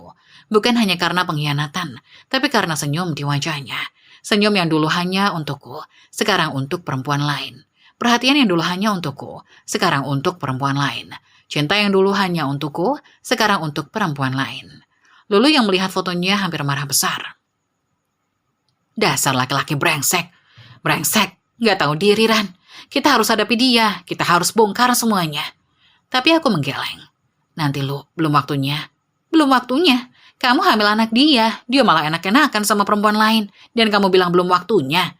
Aku menatap Lulu dengan mata sembab. "Aku punya rencana, Lu. Aku gak akan diam saja, tapi aku harus siap. Aku harus menyusun strategi, biar dia merasakan apa yang aku rasakan." Lulu menatapku heran. "Kamu serius, Ran?" Aku mengangguk mantap. Untuk pertama kalinya setelah sekian lama, ada api di mataku. Api yang menyala, bukan karena cinta, tapi karena tekad. Aku tidak akan menjadi korban selamanya. Aku akan bangkit, dan Mas Takwa akan menyesal. Hari acara 7 bulanan semakin dekat. Ayah dan ibuku sibuk mempersiapkan segalanya dengan sangat meriah. Mereka mengundang keluarga besar dari pihak ayah dan ibu, teman-teman dekat, rekan bisnis, dan tentu saja mertuaku Ibu Sumarni. Aku hanya bisa melihat dari kejauhan. Sesekali membantu jika diminta. Pikiranku berkecamuk antara dua hal, harapan bahwa Mas Takwa akan datang dan persiapan untuk kemungkinan terburuk. Lulu datang hampir setiap hari untuk memastikan aku baik-baik saja. Dia juga membantu memilihkan baju untuk acara nanti. Risana, kamu harus pakai yang cantik. Biar semua orang lihat kamu itu cantik, elegan, gak kalah sama perempuan manapun. Katanya sambil mengeluarkan beberapa pilihan kebaya dari lemariku. Aku tersenyum getir. Lu, ini acara syukuran, bukan kontes kecantikan. Iya, tapi kamu tetap harus tampil cantik. Buat dirimu sendiri, buat bayimu. Biar kamu ingat, kamu ini berharga. Kami memilih kebaya warna hijau toska dengan payet-payet halus di bagian dada. Warna kesukaanku yang membuat kulitku terlihat lebih cerah. Paduannya dengan kain batik sekar arum, motif parang yang melambangkan kekuatan. Cocok banget, seru Lulu. Kamu cantik Ran, cantik banget. Aku memandang diriku di cermin. Perutku sudah besar, tapi kebaya ini dirancang longgar sehingga tetap nyaman. Aku memang terlihat cantik, tapi cantik tanpa suami di sisi rasanya hampa. H-1 acara. Lulu menginap di rumahku. Dia bilang takut aku stres sendirian, padahal aku tahu dia hanya ingin menemaniku. Malam itu kami berbincang panjang. Risana, kamu udah siap mental buat besok? Tanya Lulu. Siap atau enggak, besok tetap datang. Ini sudah keputusan orang tuaku. Tapi jujuran, kamu berharap dia datang enggak? Aku diam sejenak. Jujur, iya, aku berharap. Meskipun aku tahu dia bersama perempuan lain, meskipun aku tahu dia sudah berkhianat. Di sudut hati terdalam, masih ada harapan kecil yang sulit dimatikan. Mungkin iya, Lu. Mungkin aku masih berharap dia datang. Bodoh ya? Lulu menghela napas. Gak bodoh, Ran. Namanya juga perasaan. Tapi ingat, apapun yang terjadi besok, kamu harus kuat. Kamu punya bayi dalam kandungan. Kamu punya orang tua. Kamu punya aku. Jangan biarin dia hancurin kamu, ya? Aku memeluk Lulu erat. Makasih, Lu. Makasih udah selalu ada buat aku. Udah, jangan nangis. Nanti bengkak matanya. Besok jelek loh di foto. Kami tertawa kecil, berusaha mengusir kesedihan. Malam itu, setelah Lulu tertidur, aku duduk di ruang tamu sendirian. Aku mengeluarkan map coklat dari dalam tas rahasia di lemariku. Isinya, laporan detektif, foto-foto Mas Takwa dan Sekar, dan dokumen-dokumen penting lainnya. Selama 3 bulan ini aku tidak diam. Bersama lawyer dan konselor keuanganku, aku menyusun rencana matang. Aku memindahkan semua asetku ke rekening terpisah, mengamankan investasiku di perusahaan Mas Takwa, dan menyiapkan langkah hukum jika diperlukan. Aku tahu, suatu saat nanti, semua ini akan berguna. Aku hanya tidak tahu kapan. Mungkin besok, mungkin lusa, mungkin bulan depan. Tapi yang pasti aku siap. Aku menatap foto Mas Takwa dan Sekar. Mereka tersenyum bahagia, tanpa beban, tanpa rasa bersalah. Di foto itu mereka duduk di kafe mewah, minum kopi mahal, sementara aku di sini mengandung anaknya menangis setiap malam dan menyusun rencana yang tidak pernah terbayangkan akan kulakukan. Mas Takwa, bisikku pelan. Kamu lupa, selama ini aku yang membesarkan bisnismu. Kamu lupa ya, modal awal itu dari aku. Kamu lupa, semua koneksi itu dari aku. Kamu pikir bisa seenaknya begitu saja. Aku menyimpan kembali map itu, lalu berjalan ke kamar. Sebelum tidur, aku mengusap perutku dan berbisik pada calon bayiku. Nah, besok ibu akan dihadapkan pada salah satu hari terberat dalam ibu. Tapi ibu janji ibu akan kuat untuk kamu, untuk kita. Pagi harinya, aku bangun dengan tekad yang membaja. Lulu sudah bangun lebih dulu dan menyiapkan sarapan. Ran, makan dulu, biar kuat acaranya nanti. Aku makan dengan lahap, sesuatu yang jarang terjadi akhir-akhir ini. Lulu tersenyum puas melihatnya. Setelah sarapan, Lulu membantuku berdandan. Riasan tipis natural, rambut disanggul sederhana, dan kebaya hijau toska yang sudah disiapkan. Kamu cantik banget, Ren. Mas Takwa nggak tahu bersyukur ninggalin kamu. Katanya sambil merapikan riasan di mataku. Aku tersenyum getir. Sudah lalu, aku udah ikhlas. Tapi hatiku berkata lain. Di dalam sana masih ada harapan. Harapan bahwa dia akan datang. Harapan bahwa dia akan melihatku cantik di hari spesial ini. Harapan bahwa dia akan tersadar dan kembali. Acara dimulai pukul 10 pagi di rumah orang tuaku. Rumah sudah dihias dengan dekorasi bernuansa hijau dan kuning. Warna-warna yang melambangkan kesuburan dan kebahagiaan. Catering sudah siap dengan puluhan nampan makanan. Kursi-kursi tamu tertata rapi di halaman dan di dalam rumah. Aku duduk di pelaminan yang sudah disiapkan. Dikelilingi oleh keluarga dekat. Ayah dan ibuku duduk di sampingku. Sesekali mengecek keadaanku. Kamu sehat, Nak? Tanya ibu. Sehat, Bu. Jangan tegang ya, nikmati acaranya. Ini untuk kamu dan cucu. Aku mengangguk. Lulu duduk di kursi tamu. tapi sesekali melambai padaku dengan senyum penyemangat. Para tamu mulai berdatangan, keluarga besar dari pihak ayah, dari pihak ibu, teman-teman kuliahku, rekan bisnis orang tuaku. Mereka semua memberi salam, memberi doa, memberi amplop dan hadiah untuk calon bayiku. Aku tersenyum, menjabat tangan, mengucapkan terima kasih, seperti robot yang diprogram untuk tersenyum. Ustadz yang memimpin doa bersama mulai membacakan ayat-ayat suci. Suasana begitu hikmat, semua orang menundukkan kepala, berdoa untuk keselamatan ibu dan calon bayi. Aku memejamkan mata, berdoa dalam hati. Ya Allah, lindungi anak dalam kandunganku, beri dia kesehatan, kecerdasan, dan kebaikan, dan beri aku kekuatan apapun yang terjadi hari ini. Doa baru saja selesai ketika tiba-tiba pintu rumah terbuka lebar. Bukan dengan lembut tapi dengan hentakan keras seperti orang sedang marah. Semua orang menoleh. Aku ikut menoleh dan hampir saja jantungku berhenti. Mas Takwa berdiri di ambang pintu. Berbulan-bulan aku mencarinya, dan sekarang dia muncul begitu saja di acara 7 bulanan kehamilanku. Refleks, aku ingin berdiri menyambutnya. Ada dorongan kuat untuk berlari ke arahnya, memeluknya, bertanya kemana saja dia selama ini. Tapi, gerakanku terhenti saat melihat sesosok perempuan di belakangnya.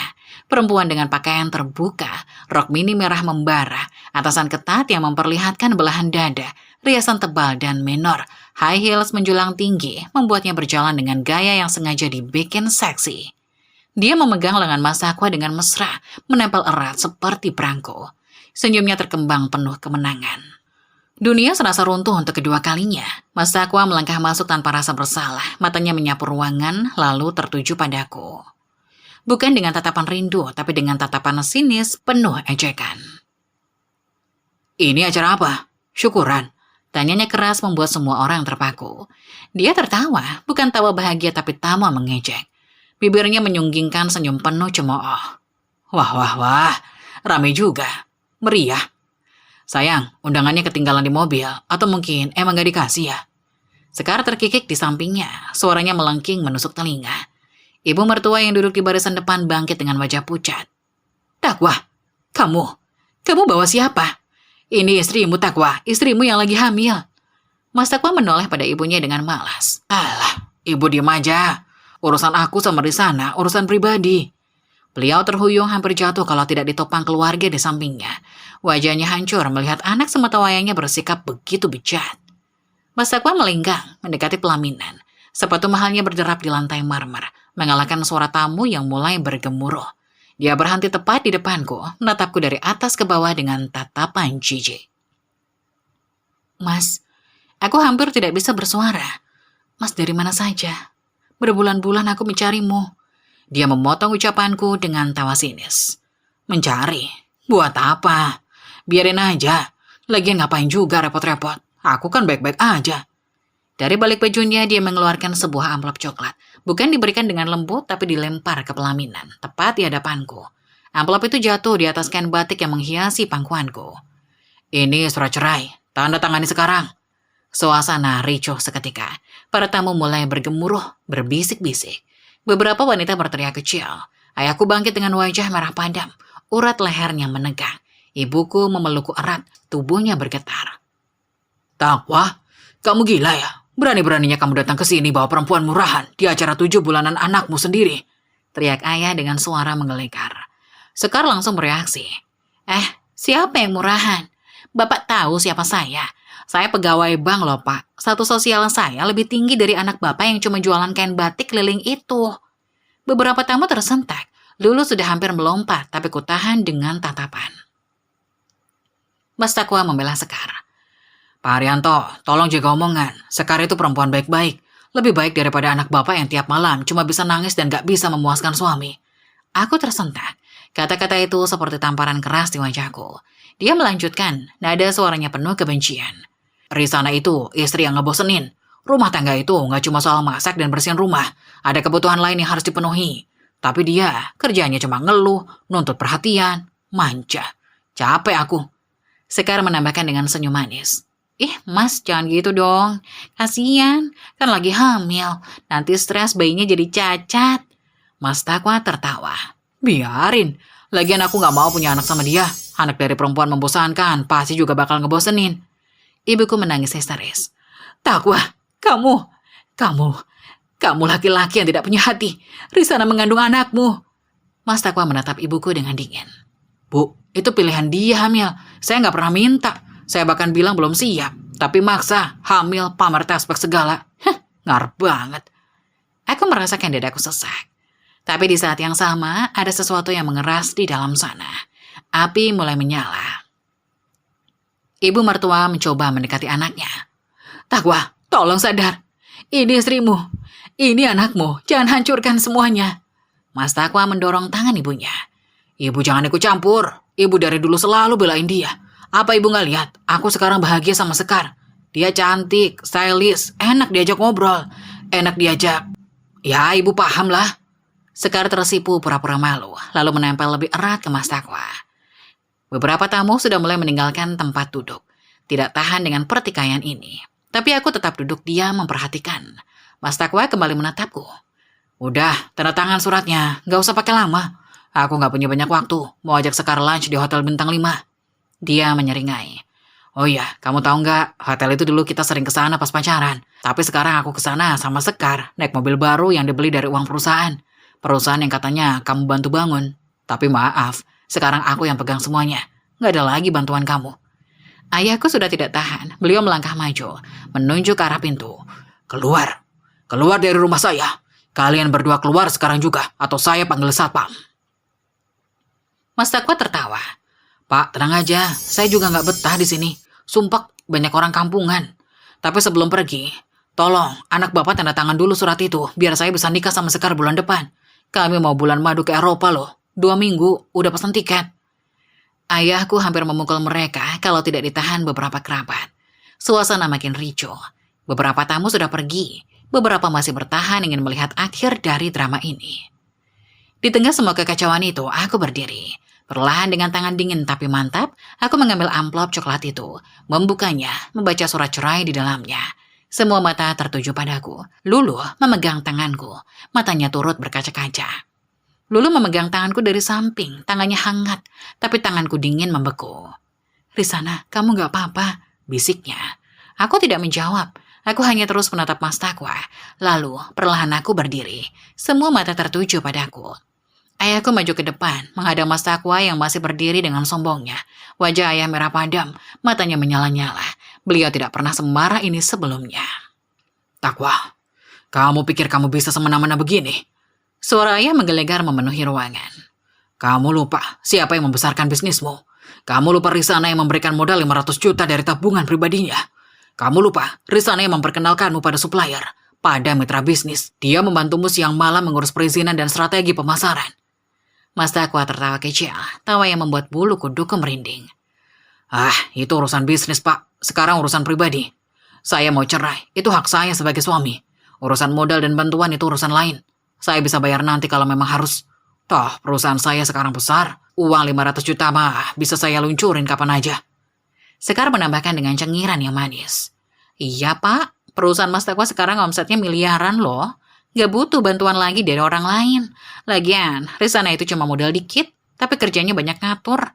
Mas Takwa cerita ke saya, Risana suka ikut campur urusan bisnis. Gak tahu diri.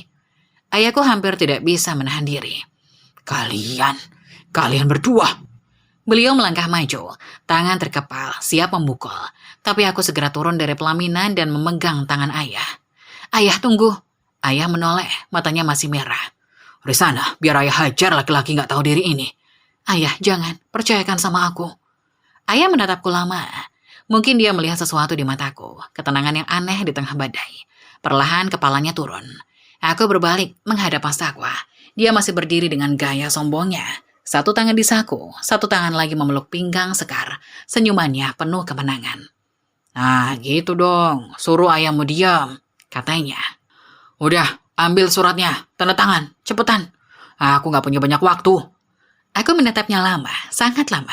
Mencoba mencari sisa-sisa pria yang dulu mencintaiku di wajah itu. Tapi tidak ada. Yang ada hanya orang asing dengan hati yang beku. Perlahan aku menunduk, mengambil amplop coklat yang masih tergeletak di pelaminan. Tanganku tidak gemetar. Aku heran sendiri, tapi tanganku benar-benar stabil. Aku membuka amplop itu, mengeluarkan surat cerai di dalamnya. Kertas resmi dengan kop pengadilan, dia sudah menyiapkan ini dari jauh-jauh hari, mungkin bahkan sebelum dia menghilang. Mataku membaca setiap kata di surat itu. Tuntutan cerai, alasan-alasan yang dia buat, permintaan pembagian harta, semuanya tertulis rapi. Lalu aku berkata dengan suara tenang, "Ayah, tolong ambilkan pulpen." Seketika ruangan yang tadinya ricuh menjadi sunyi senyap. Semua orang terpaku. "Ran, kamu gak waras," teriak Lulu, matanya membelalak. "Rizana, jangan," teriak ibuku dengan suara parau. "Jangan pernah kau tanda tangani surat itu, nak." Beberapa kerabat mulai berbisik-bisik. Ada yang bilang, "Astagfirullah." Ada yang bilang, "Kasihan sekali Rizana." Mas Takwa sendiri tampak terkejut, alisnya terangkat. Mungkin dia mengira aku akan menangis, meronta, memohon, atau setidaknya berdebat. Tapi tidak, aku hanya meminta pulpen. Ayahku terdiam beberapa saat, menatapku dengan mata berkaca. Lalu dengan berat hati beliau merogoh saku dan mengeluarkan pulpen memberikannya padaku. "Rizana, apa kamu yakin?" bisiknya. Aku menatap ayah. "Ayah, percaya sama aku." Aku mengambil pulpen itu. Lalu di depan mata semua orang yang masih tersisa, aku membubuhkan tanda tangan di atas surat cerai tersebut. Tanda tangan, nama, dan tanggal. Selesai. Aku melipat surat itu dengan rapi, memasukkannya kembali ke amplop. Lalu aku melemparkannya ke arah Mas Takwa. Amplop itu jatuh di kakinya. "Ini sudah kutandatangani Mas Takwa. Selamat berbahagia dengan gundikmu itu." Semua orang di ruangan itu terpaku. Ayah dan ibuku membeku di tempat. Lulu menutup mulut dengan tangan. Air matanya mengalir deras. Ibu mertua yang baru sadar dari pingsannya kembali menangis histeris. Para tamu yang tersisa berbisik-bisik heboh. Mas Takwa sendiri tampak bingung, matanya membelalak, mulutnya sedikit terbuka. Ini jelas bukan reaksi yang diharapkan. Sekar menarik lengannya. "Mas, udah, ayo, udah dapat tanda tangan. Kita pergi aja, gak enak di sini, banyak orang stres." Tapi Mas Takwa tidak bergerak. Ia masih menatapku, mencari sesuatu di wajahku. Mungkin air mata, mungkin kepanikan, mungkin penyesalan. Tapi tidak ada. Aku berdiri dengan tenang. Wajahku datar, mataku kosong. Tapi di dalam sana ada api yang mulai membara. "Kamu serius?" tanyanya akhirnya, suaranya sedikit bergetar. Aku tersenyum. Bukan senyum bahagia, tapi senyum yang dingin. Senyum yang membuatnya mungkin akan bergidik nanti. "Serius, Mas? Kamu sudah dapat apa yang kamu mau. Sekarang pergi, bawa perempuanmu dan tinggalkan rumah ini." Aku berbalik, melangkah meninggalkannya. Aku berjalan melewati ayah, ibu, Lulu, dan para tamu yang masih terpaku. Aku masuk ke dalam rumah, menutup pintu kamar, dan akhirnya menangis. Di belakang, ku dengar suara ayah berteriak, "Keluar! Keluar kalian berdua! Jangan pernah injak rumah ini lagi!" Malam ini, setelah semua tamu pulang, rumah terasa sunyi. Sunyi yang berbeda, sunyi setelah badai. Ayah dan ibuku duduk di ruang tamu. Wajah mereka lelah dan sedih. Lulu tidak pulang, memilih untuk menemaniku. Aku di kamar, duduk di tepi ranjang, memandangi perutku. Air mataku masih mengalir, tapi aku tidak lagi terisak. Aku hanya diam, membiarkan air mata itu mengalir sendiri. Lulu masuk tanpa mengetuk. Dia duduk di sampingku memelukku erat. "Rizana, maafin aku gak bisa ngapa-ngapain." Aku menggeleng. "Bukan salahmu, Lu." Kami berdua menangis dalam pelukan, menangis untuk semua yang hilang, untuk semua pengkhianat, untuk semua mimpi yang hancur. Tapi di sela-sela tangis itu, ada sesuatu yang lain, ada tekad, ada rencana yang sudah lama aku siapkan. "Lu," kataku tiba-tiba menyeka air mata. "Besok tolong hubungi lawyerku dan konselor keuanganku." Lulu mengernyit, menghentikan tangisnya. "Buat apa? Urusan cerai. Bukannya udah selesai?" Aku tersenyum tipis. Masih ada sisa air mata di pipi, tapi senyum itu tulus. Buat rencana yang sudah kusiapkan dari jauh-jauh hari. Mas Takwa pikir dengan menandatangani surat cerai urusan selesai. Dia lupa selama ini aku yang membesarkan bisnisnya. Dan saatnya dia ingat. Lulu menatapku dengan mata membelalak. Lalu perlahan senyum mengembang di wajahnya. "Rizana, kamu menyimpan senjata rahasia ya?" Aku mengangguk. "Dan besok senjata itu akan aku tembakkan." Pagi setelah badai, aku bangun dengan mata sembab. Semalaman aku menangis, tapi kali ini bukan tangis kehancuran. Ini tangis pelepasan, tangis yang membersihkan. Lulu masih tertidur pulas di kursi dekat jendela. Dia begadang semalaman menemaniku dan baru tertidur menjelang subuh. Aku mengambil selimut dan menyelimutinya dengan hati-hati lalu berjalan ke ruang tamu. Pukul 8 pagi, Pak Adrian dan Bu Rini sudah tiba. Mereka adalah tim kepercayaanku. Pak Adrian, lawyer yang sudah menangani urusan hukum keluargaku selama bertahun-tahun. Dan Bu Rini, konselor keuangan yang membantuku mengelola investasi pribadi. Selamat pagi Bu Risana. Sapa Pak Adrian dengan nada hati-hati. Beliau pasti sudah mendengar apa yang terjadi kemarin. Semua orang di kota ini mungkin sudah mendengar. Pagi Pak, Bu, silakan duduk. Bu Rini membuka laptopnya tanpa banyak bicara. Wajahnya serius, matanya fokus pada layar. Bu Risana, sebelumnya saya turut berduka atas apa yang terjadi kemarin. Tapi kami di sini siap membantu. Aku mengangguk. Terima kasih Bu. Pak Adrian memulai pembicaraan. Bu Risana, jadi benar mau mengambil langkah ini. Ini langkah besar dan setelah ini tidak ada jalan kembali. Aku menatapnya mantap. Saya sudah bulat Pak. Saya sudah memikirkan ini dari 3 bulan lalu. Sejak Mas Takwa pertama kali menghilang. Saya hanya menunggu waktu yang tepat dan ternyata waktu itu adalah kemarin. Bu Rini membuka file di laptopnya. Baik Bu, saya sudah siapkan datanya lengkap. Total investasi Ibu di perusahaan Pak Takwa mencapai 2,8 miliar rupiah. Rinciannya, 500 juta modal awal di tahun pertama, 1 miliar penambahan modal di tahun kedua, 800 juta dalam bentuk saham yang tercatat atas nama Ibu, dan 500 juta sebagai pinjaman yang diberikan tahun lalu dengan bunga yang tidak pernah dibayarkan. Aku mendengarkan dengan seksama. Angka-angka itu bukan sekedar uang, tapi representasi dari kerja kerasku selama ini, dari keyakinanku pada pria yang kini mengkhianatiku. Tarik semuanya. Bu Rini mengangkat alis. Semuanya Bu, semuanya. Bu Rini dan Pak Adrian saling berpandangan. Pak Adrian berkata, Bu Risana, saya harus memberitahu konsekuensinya. Dengan menarik semua investasi ini, perusahaan Pak Takwa akan... Bagaimana ya? Pincang. Potong Bu Rini. Hampir 70% modal perusahaan Pak Takwa berasal dari Ibu. Tanpa itu, perusahaan tidak akan bisa beroperasi normal. Supplier akan berhenti kirim, kontrak-kontrak tidak bisa dipenuhi, karyawan mungkin tidak bisa digaji. Aku mengangguk tenang. Saya tahu Bu, dan saya ingin dia merasakan akibatnya. Pak Adrian mencatat sesuatu.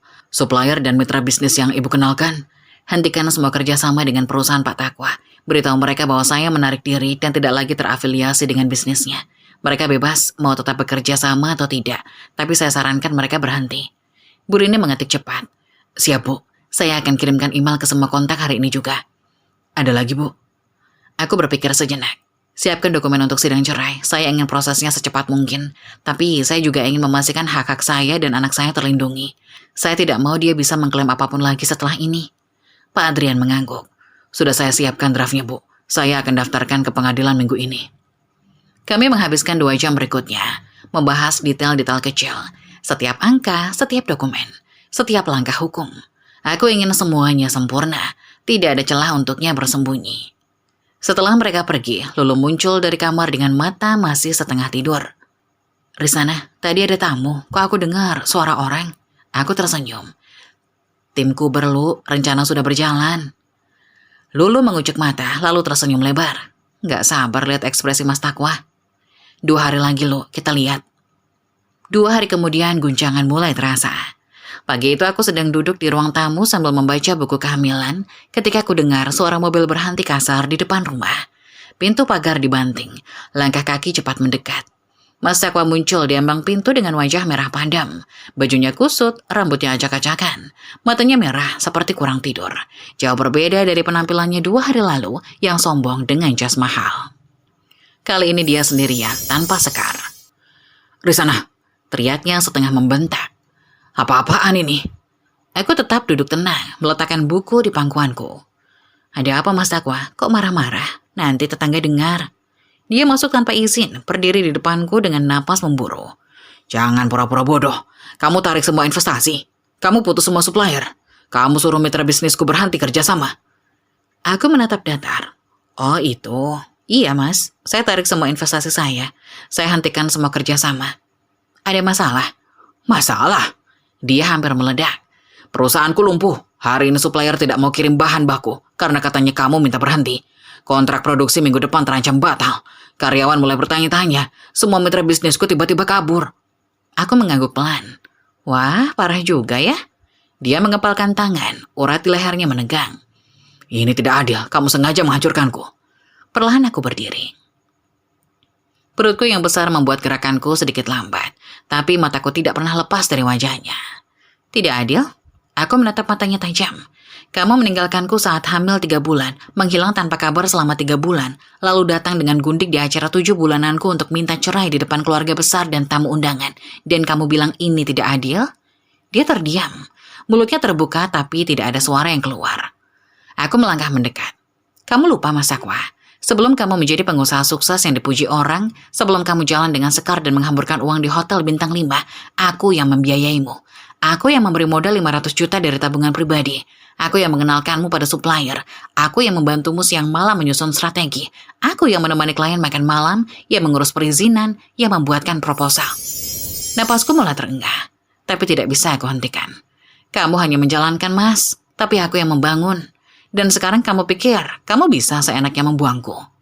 Aku bisa bangkit lagi tanpamu, bentaknya. Tapi suaranya tidak sekencang dulu. Ada getaran di sana. Aku tersenyum. Bukan senyum hangat, tapi senyum dingin yang membuatnya mungkin bergidik. Silakan buktikan, Mas. Saya doakan sukses. Tapi ingat, semua supplier itu kenalan saya. Semua mitra bisnis itu kenalan keluarga saya. Relasi itu tidak mudah dibangun dalam sehari, Mas. Coba saja cari yang baru. Saya tunggu. Dia menatapku dengan campuran marah dan tidak percaya. Mungkin dia tidak menyangka istrinya yang dulu penurut dan selalu mendukungnya bisa berubah menjadi sekuat ini. Kamu. Aku menunjuk ke pintu. Sekarang pergi Mas Sakwa, rumah ini bukan tempatmu lagi. Kamu sudah dapat surat cerai yang kamu minta kan? Sekarang hadapi konsekuensinya. Dia berdiri terpaku beberapa saat, lalu berbalik dan pergi dengan geram. Pintu pagar dibanting lagi, mobilnya melaju kencang meninggalkan debu. Aku kembali duduk di sofa, mengelus perutku yang membesar. Nak, ibu baru saja memenangkan pertempuran pertama. Masih panjang jalan ke depan, tapi ibu janji akan terus berjuang untuk kamu. Dari dalam kamar, Lulu keluar dengan tepuk tangan. Bravo, Ran. Bravo. Adegan tadi layak dapat Oscar. Aku tertawa kecil. Lu, kamu dari tadi ngintip. Ya iyalah, masa momen berharga kayak gitu dilewatin. Lulu duduk di sampingku. Tapi serius di sana, kamu hebat banget. Aku sampai merinding liatnya. Aku menghela napas panjang. Ini baru awal, Lu. Besok sidang cerai. Masih panjang. Kita hadapi bareng-bareng. Aku selalu di sini buat kamu. Hari sidang tiba. Aku duduk di ruang tunggu pengadilan dengan perut yang semakin besar. Usia kehamilanku sudah 8 bulan. Dan dokter bilang aku harus banyak istirahat. Tapi hari ini aku tidak bisa istirahat. Hari ini aku harus menyelesaikan satu babak dalam hidupku. Ayah dan ibuku mendampingiku. Lulu juga datang, membawa air mineral dan camilan untukku. Wajah mereka tegang, tapi aku berusaha tersenyum. Gak usah tegang, semua akan baik-baik saja. Mas Sakwa datang setengah jam kemudian. Dia berdandan rapi, jas mahal, rambut disisir gel, sepatu mengkilap. Di sampingnya ada sekar dengan gaun elegan dan riasan sempurna. Mereka berjalan bergandengan tangan, tersenyum pada wartawan yang kebetulan meliput di pengadilan. Sekar sempat melirikku dengan senyum kemenangan. Aku balas tersenyum. Biar saja, pikirku. Nanti juga lihat. Pak Adrian menjabat tanganku. Siap, Bu Risana. Siap, Pak. Kami masuk ke ruang sidang. Suasana formal dengan hakim di kursi tinggi, panitera di sampingnya, dan pengacara di meja masing-masing. Aku duduk di kursi yang disediakan, dengan ayah dan ibu di belakangku.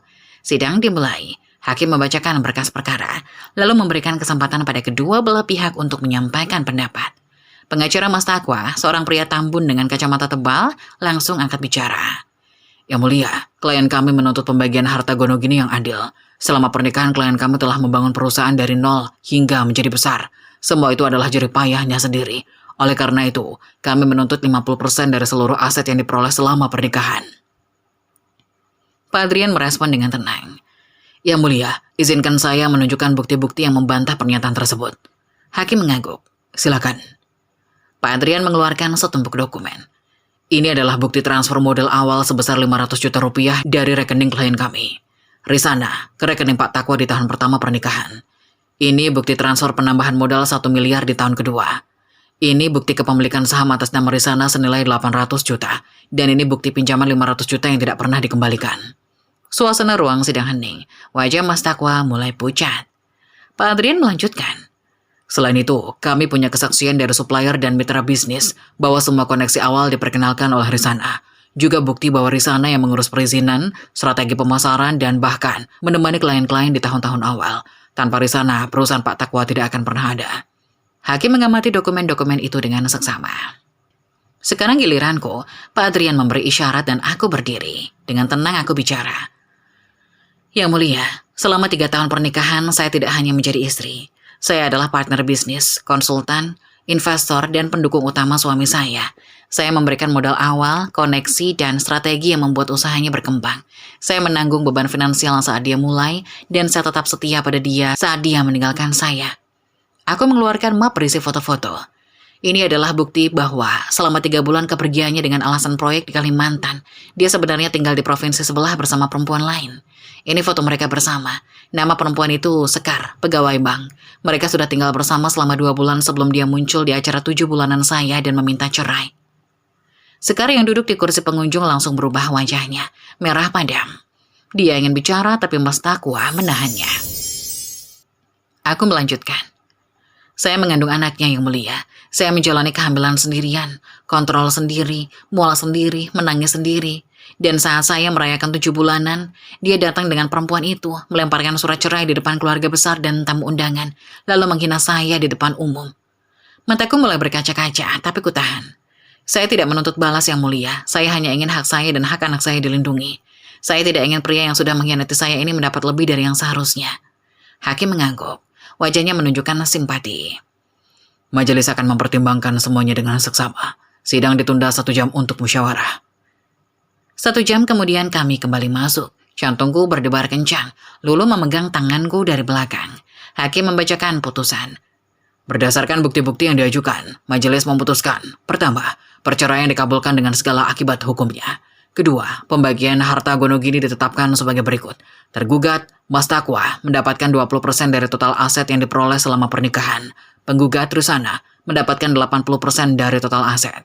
Ketiga, hak asuh anak jatuh sepenuhnya kepada ibu dengan kewajiban ayah memberikan nafkah sesuai ketentuan.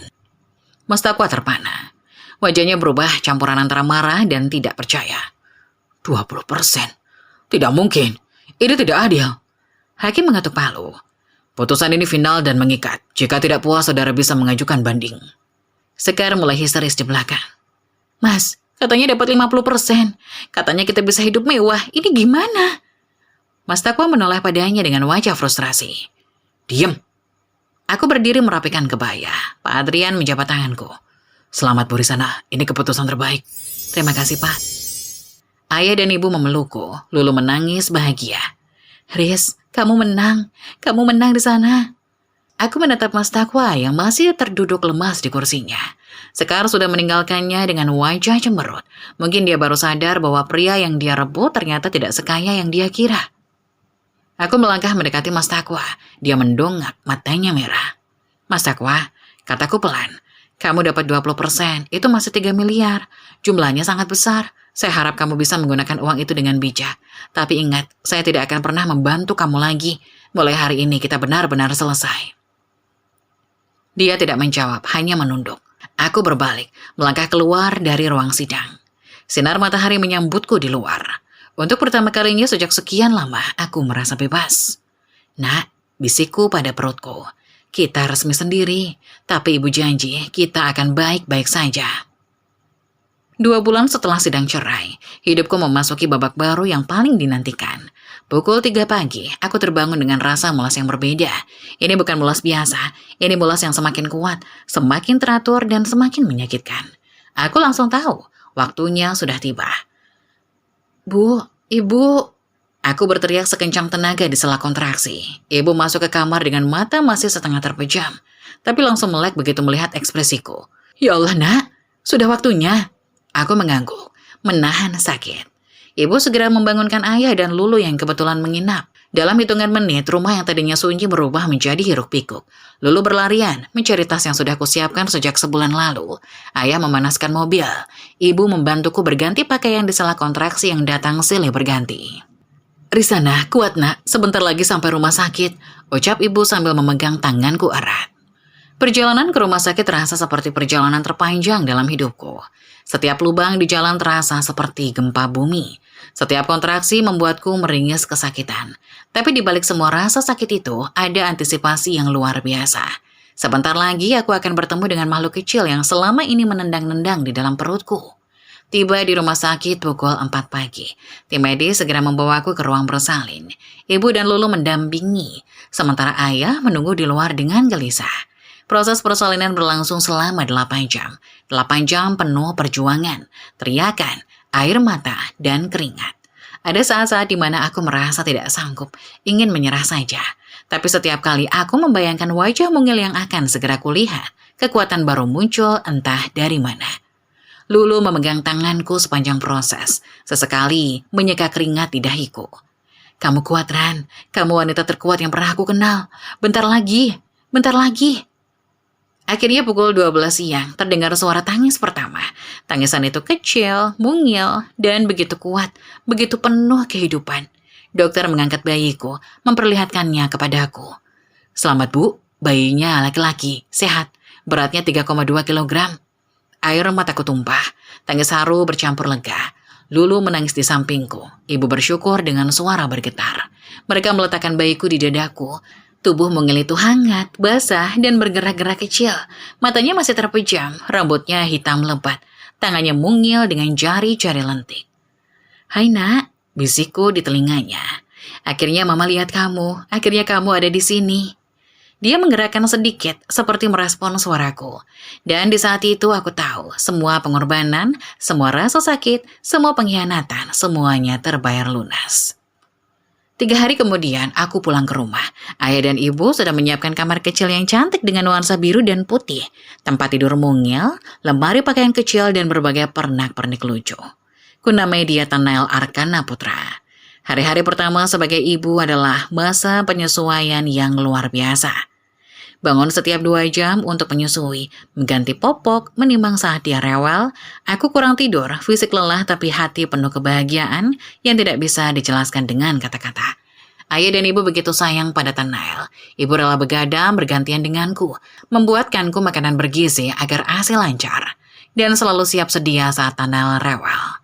Ayah, yang biasanya sibuk dengan bisnis, sekarang sering terlihat duduk berjam-jam hanya untuk menggendong Tanael sambil menyanyikan lagu-lagu lawas. Risana, tahu nggak, rasanya waktu kamu lahir dulu, ayah juga sering gendong kamu seperti ini. Katanya suatu hari dengan mata berkaca-kaca. Rasanya baru kemarin, sekarang kamu sudah punya anak.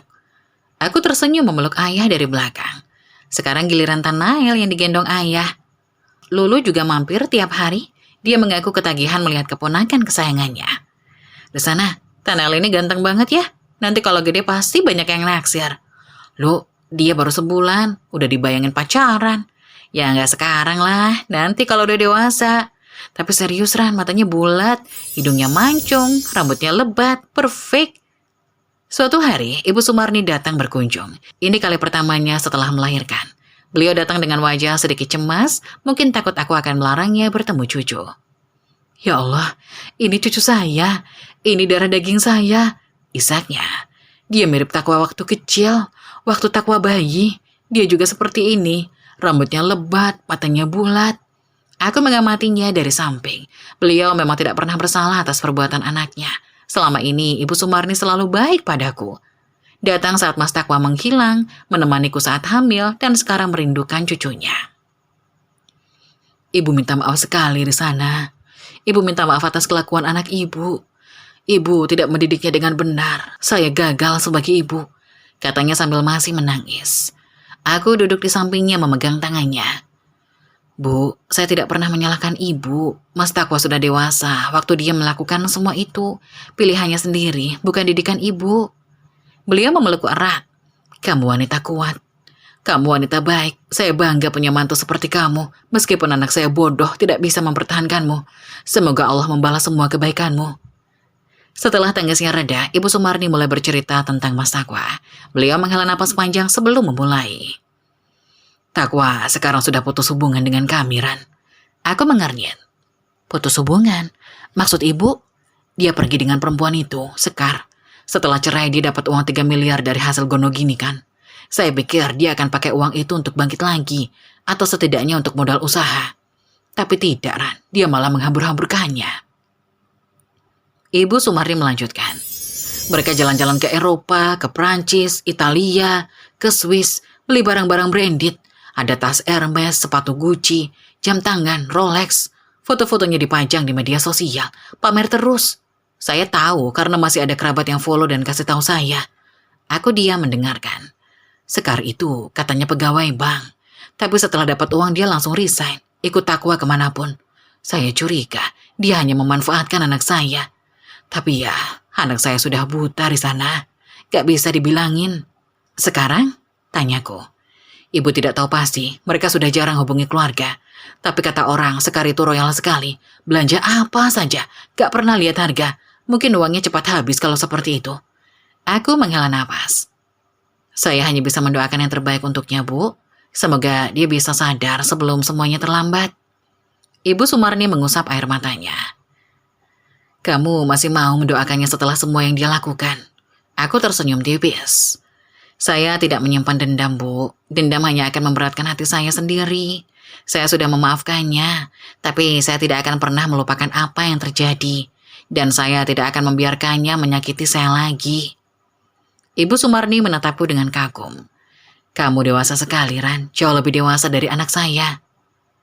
Bulan-bulan berlalu, Tanael tumbuh dengan pesat. Setiap hari ada perkembangan baru. Senyum pertamanya di usia 2 bulan, tengkurap di usia 4 bulan, duduk dengan bantuan di usia 6 bulan, dan di usia 8 bulan dia mulai merangkak ke sana kemari, membuat ayah dan ibu kerepotan menjaganya. Aku kembali mengelola bisnis batik, tapi dengan sistem yang lebih efisien.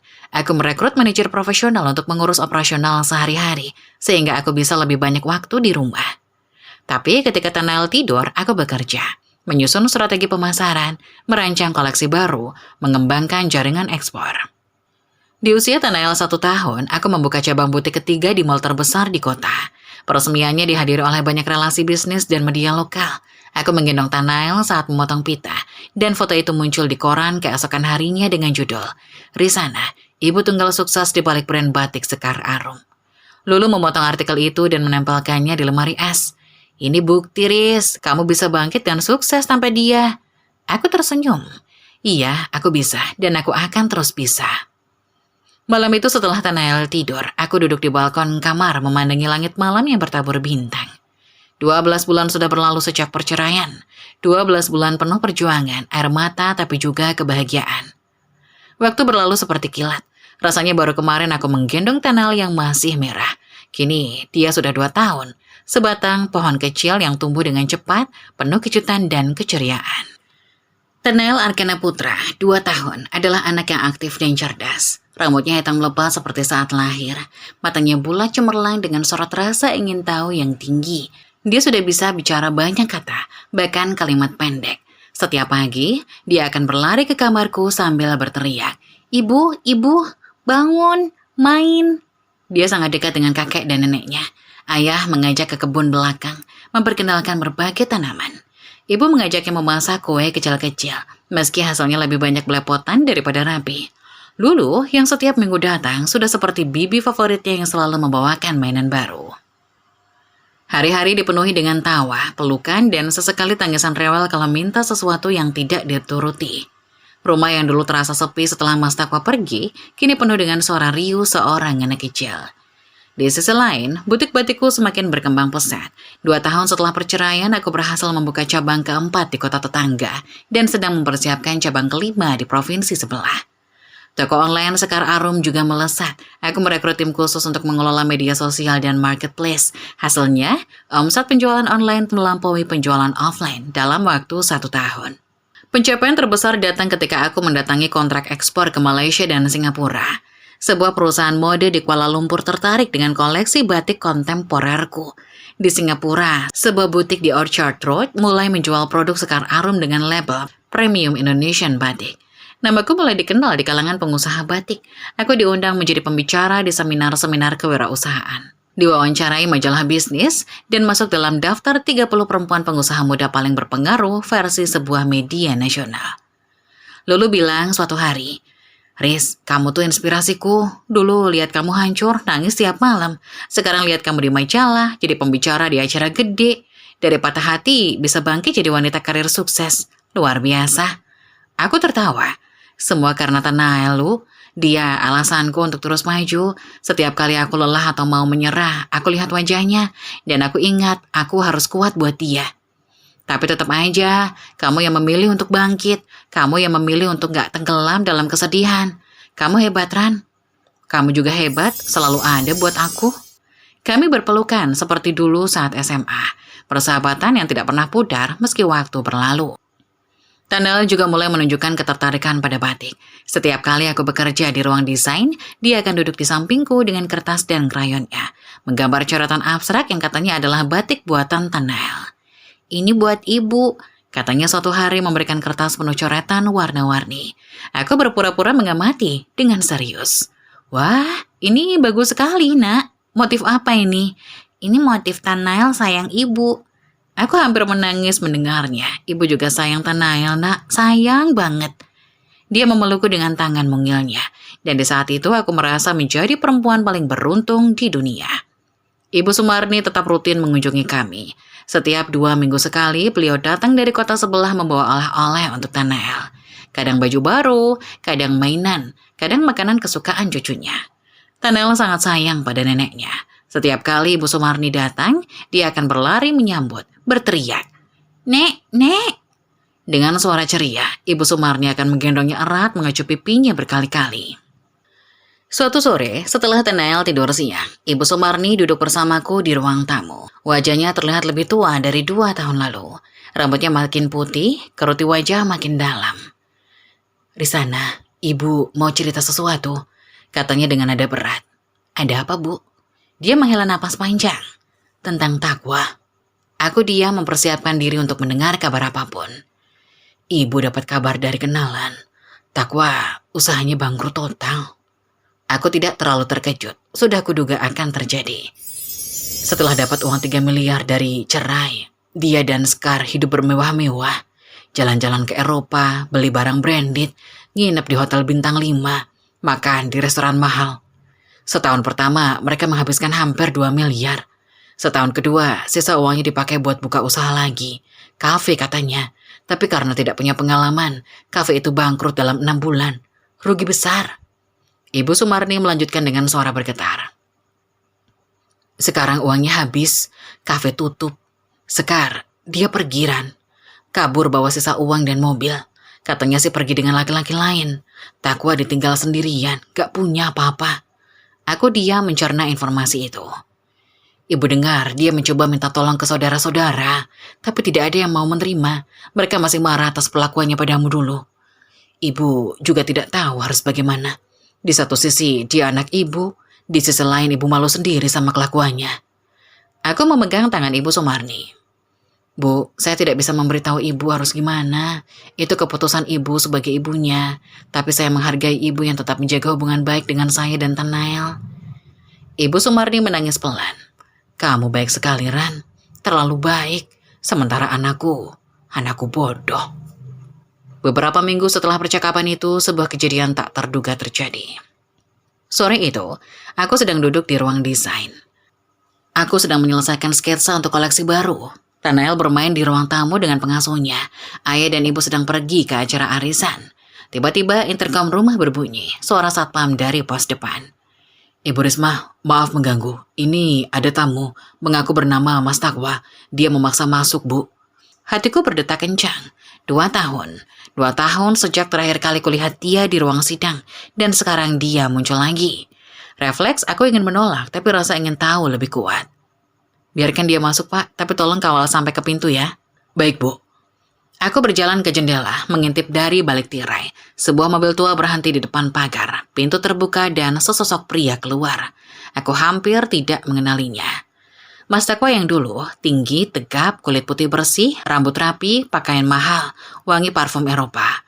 Mas Takwa sekarang, jalannya gontai, pundak membungkuk, tubuh kurus kering, kulitnya kusam, baju lusuh, terlihat sudah dipakai berhari-hari.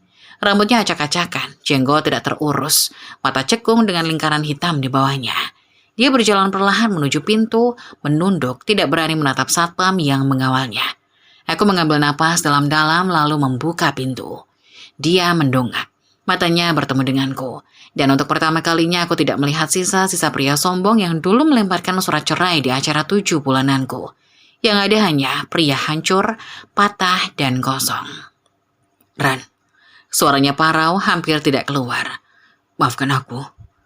Aku menatapnya lama, lalu menyingkir, mempersilahkan masuk. Masuk. Dia duduk di ruang tamu dengan kepala tertunduk. Tanal yang penasaran dengan tamu mendekat dan bersembunyi di balik kakiku. Ibu, itu siapa? Aku mengusap kepalanya.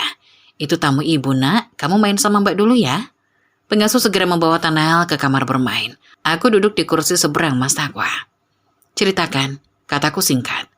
Dia mulai bercerita dengan suara bergetar. Tentang bagaimana dia dan Sekar menghabiskan uang 3 miliar dalam waktu singkat. Tentang perjalanan mewah ke Eropa. Belanja barang branded, menginap di hotel-hotel mahal. Tentang usaha kafe yang dia buka tanpa pengalaman.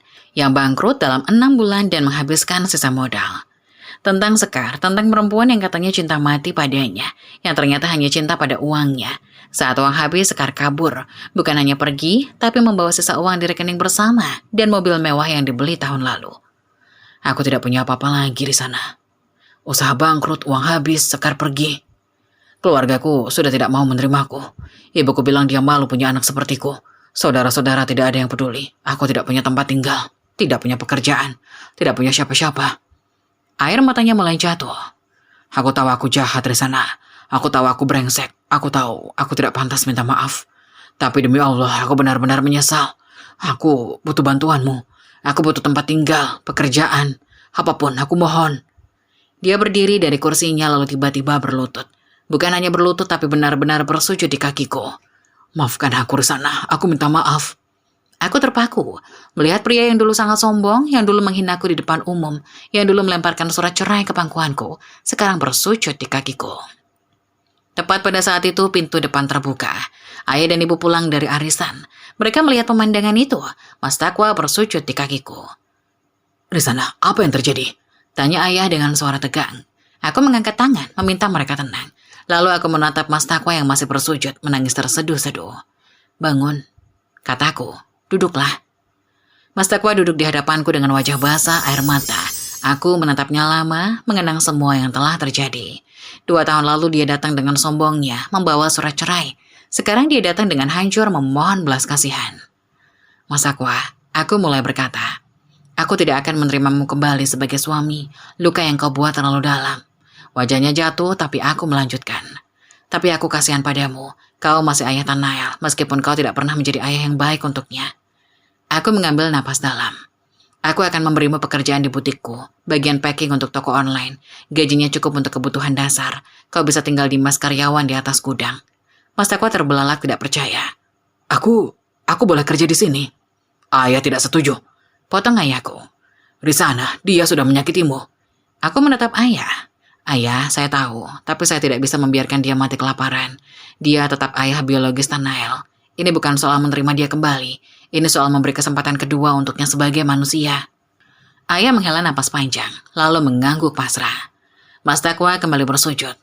Terima kasih di sana. Terima kasih. Aku akan bekerja keras, aku janji. Aku berkata tegas. Bangun.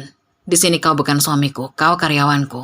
Kau akan dipanggil Pak Takwa, dan kau akan diperlakukan seperti karyawan lain. Tidak ada perlakuan khusus. Dia mengangguk patuh. Aku mengerti Bu di sana. Sejak hari itu, Mas Takwa bekerja di gudang butikku. Dia mengemas pesanan, mengecek stok, dan membantu pengiriman. Laporan dari kepala gudang menyebutkan dia pekerja keras dan tidak pernah mengeluh. Dari kejauhan kadang aku melihatnya memandangi Tanal yang bermain di halaman. Matanya sendu, tapi dia tidak pernah mendekat. Dia menepati janjinya. Tanal tumbuh tanpa tahu bahwa pria itu ayah kandungnya, dan untuk saat ini aku menjaga itu tetap begitu. 3 tahun berlalu, butikku semakin besar. Kini aku memiliki 6 cabang dan ekspor ke Malaysia, Singapura, bahkan Belanda. Tanal masuk SD, anak yang cerdas dan baik hati.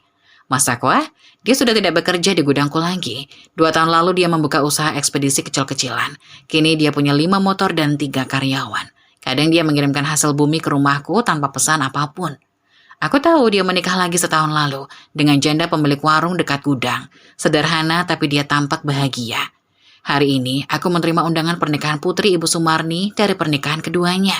Di sudut undangan ada tulisan tangan kecil. Bu Risana, terima kasih untuk semuanya. Saya tidak akan pernah melupakan kebaikan Ibu. Takwa. Aku menatap undangan itu lama, lalu tersenyum. Tidak, aku tidak akan datang. Bukan karena dendam, tapi karena bab ini sudah selesai. Hidupku sekarang di sini bersama Tanael, orang tuaku, dan bisnis yang kubangun dengan keringat sendiri. Malam itu, setelah Tanael tidur, aku duduk di balkon memandangi langit. 5 tahun lalu, aku adalah perempuan hamil yang ditinggal suami. Hampir hancur, hampir menyerah. Lihat aku sekarang. Aku memiliki Tanael, anak yang cerdas dan baik hati. Aku memiliki orang tua yang selalu mendukung. Aku memiliki Lulu, sahabat sejati. Aku memiliki bisnis yang sukses, ribuan karyawan yang menggantungkan hidup padaku. Dan Mas Takwa, dia telah menemukan jalannya sendiri. Dia telah berubah. Tapi itu tidak berarti kami akan kembali bersama. Beberapa luka terlalu dalam, beberapa hubungan terlalu hancur untuk dibangun ulang. Aku sudah memaafkannya, tapi aku tidak akan pernah melupakannya. Dan sujud terakhirnya di kakiku 5 tahun lalu bukanlah awal dari rekonsiliasi, melainkan penutup dari sebuah babak kelam yang akhirnya bisa kulewati dengan kepala tegak. Aku di sana, ibu dari Tanael, pengusaha batik sukses, perempuan yang belajar bahwa kebahagiaan sejati datang setelah badai terburuk dalam hidup. Dan aku bersyukur untuk setiap detiknya. Tamat.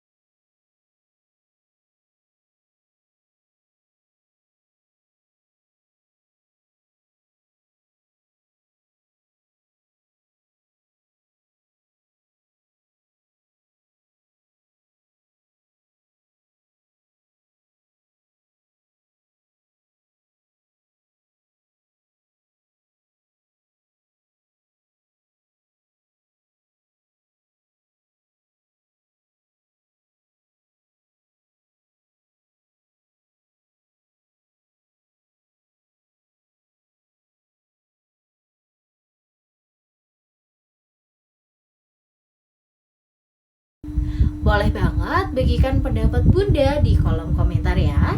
Terima kasih banyak untuk Bunda semua yang sudah setia menemani Ratna dan menonton ceritanya sampai habis. Jangan lupa untuk tekan tombol like, subscribe, dan share untuk video ini supaya Ratna makin semangat untuk bikin cerita selanjutnya. Tetap jaga kesehatan, kebahagiaan, dan sampai jumpa lagi di cerita Ratna berikutnya. Wassalamualaikum warahmatullahi wabarakatuh.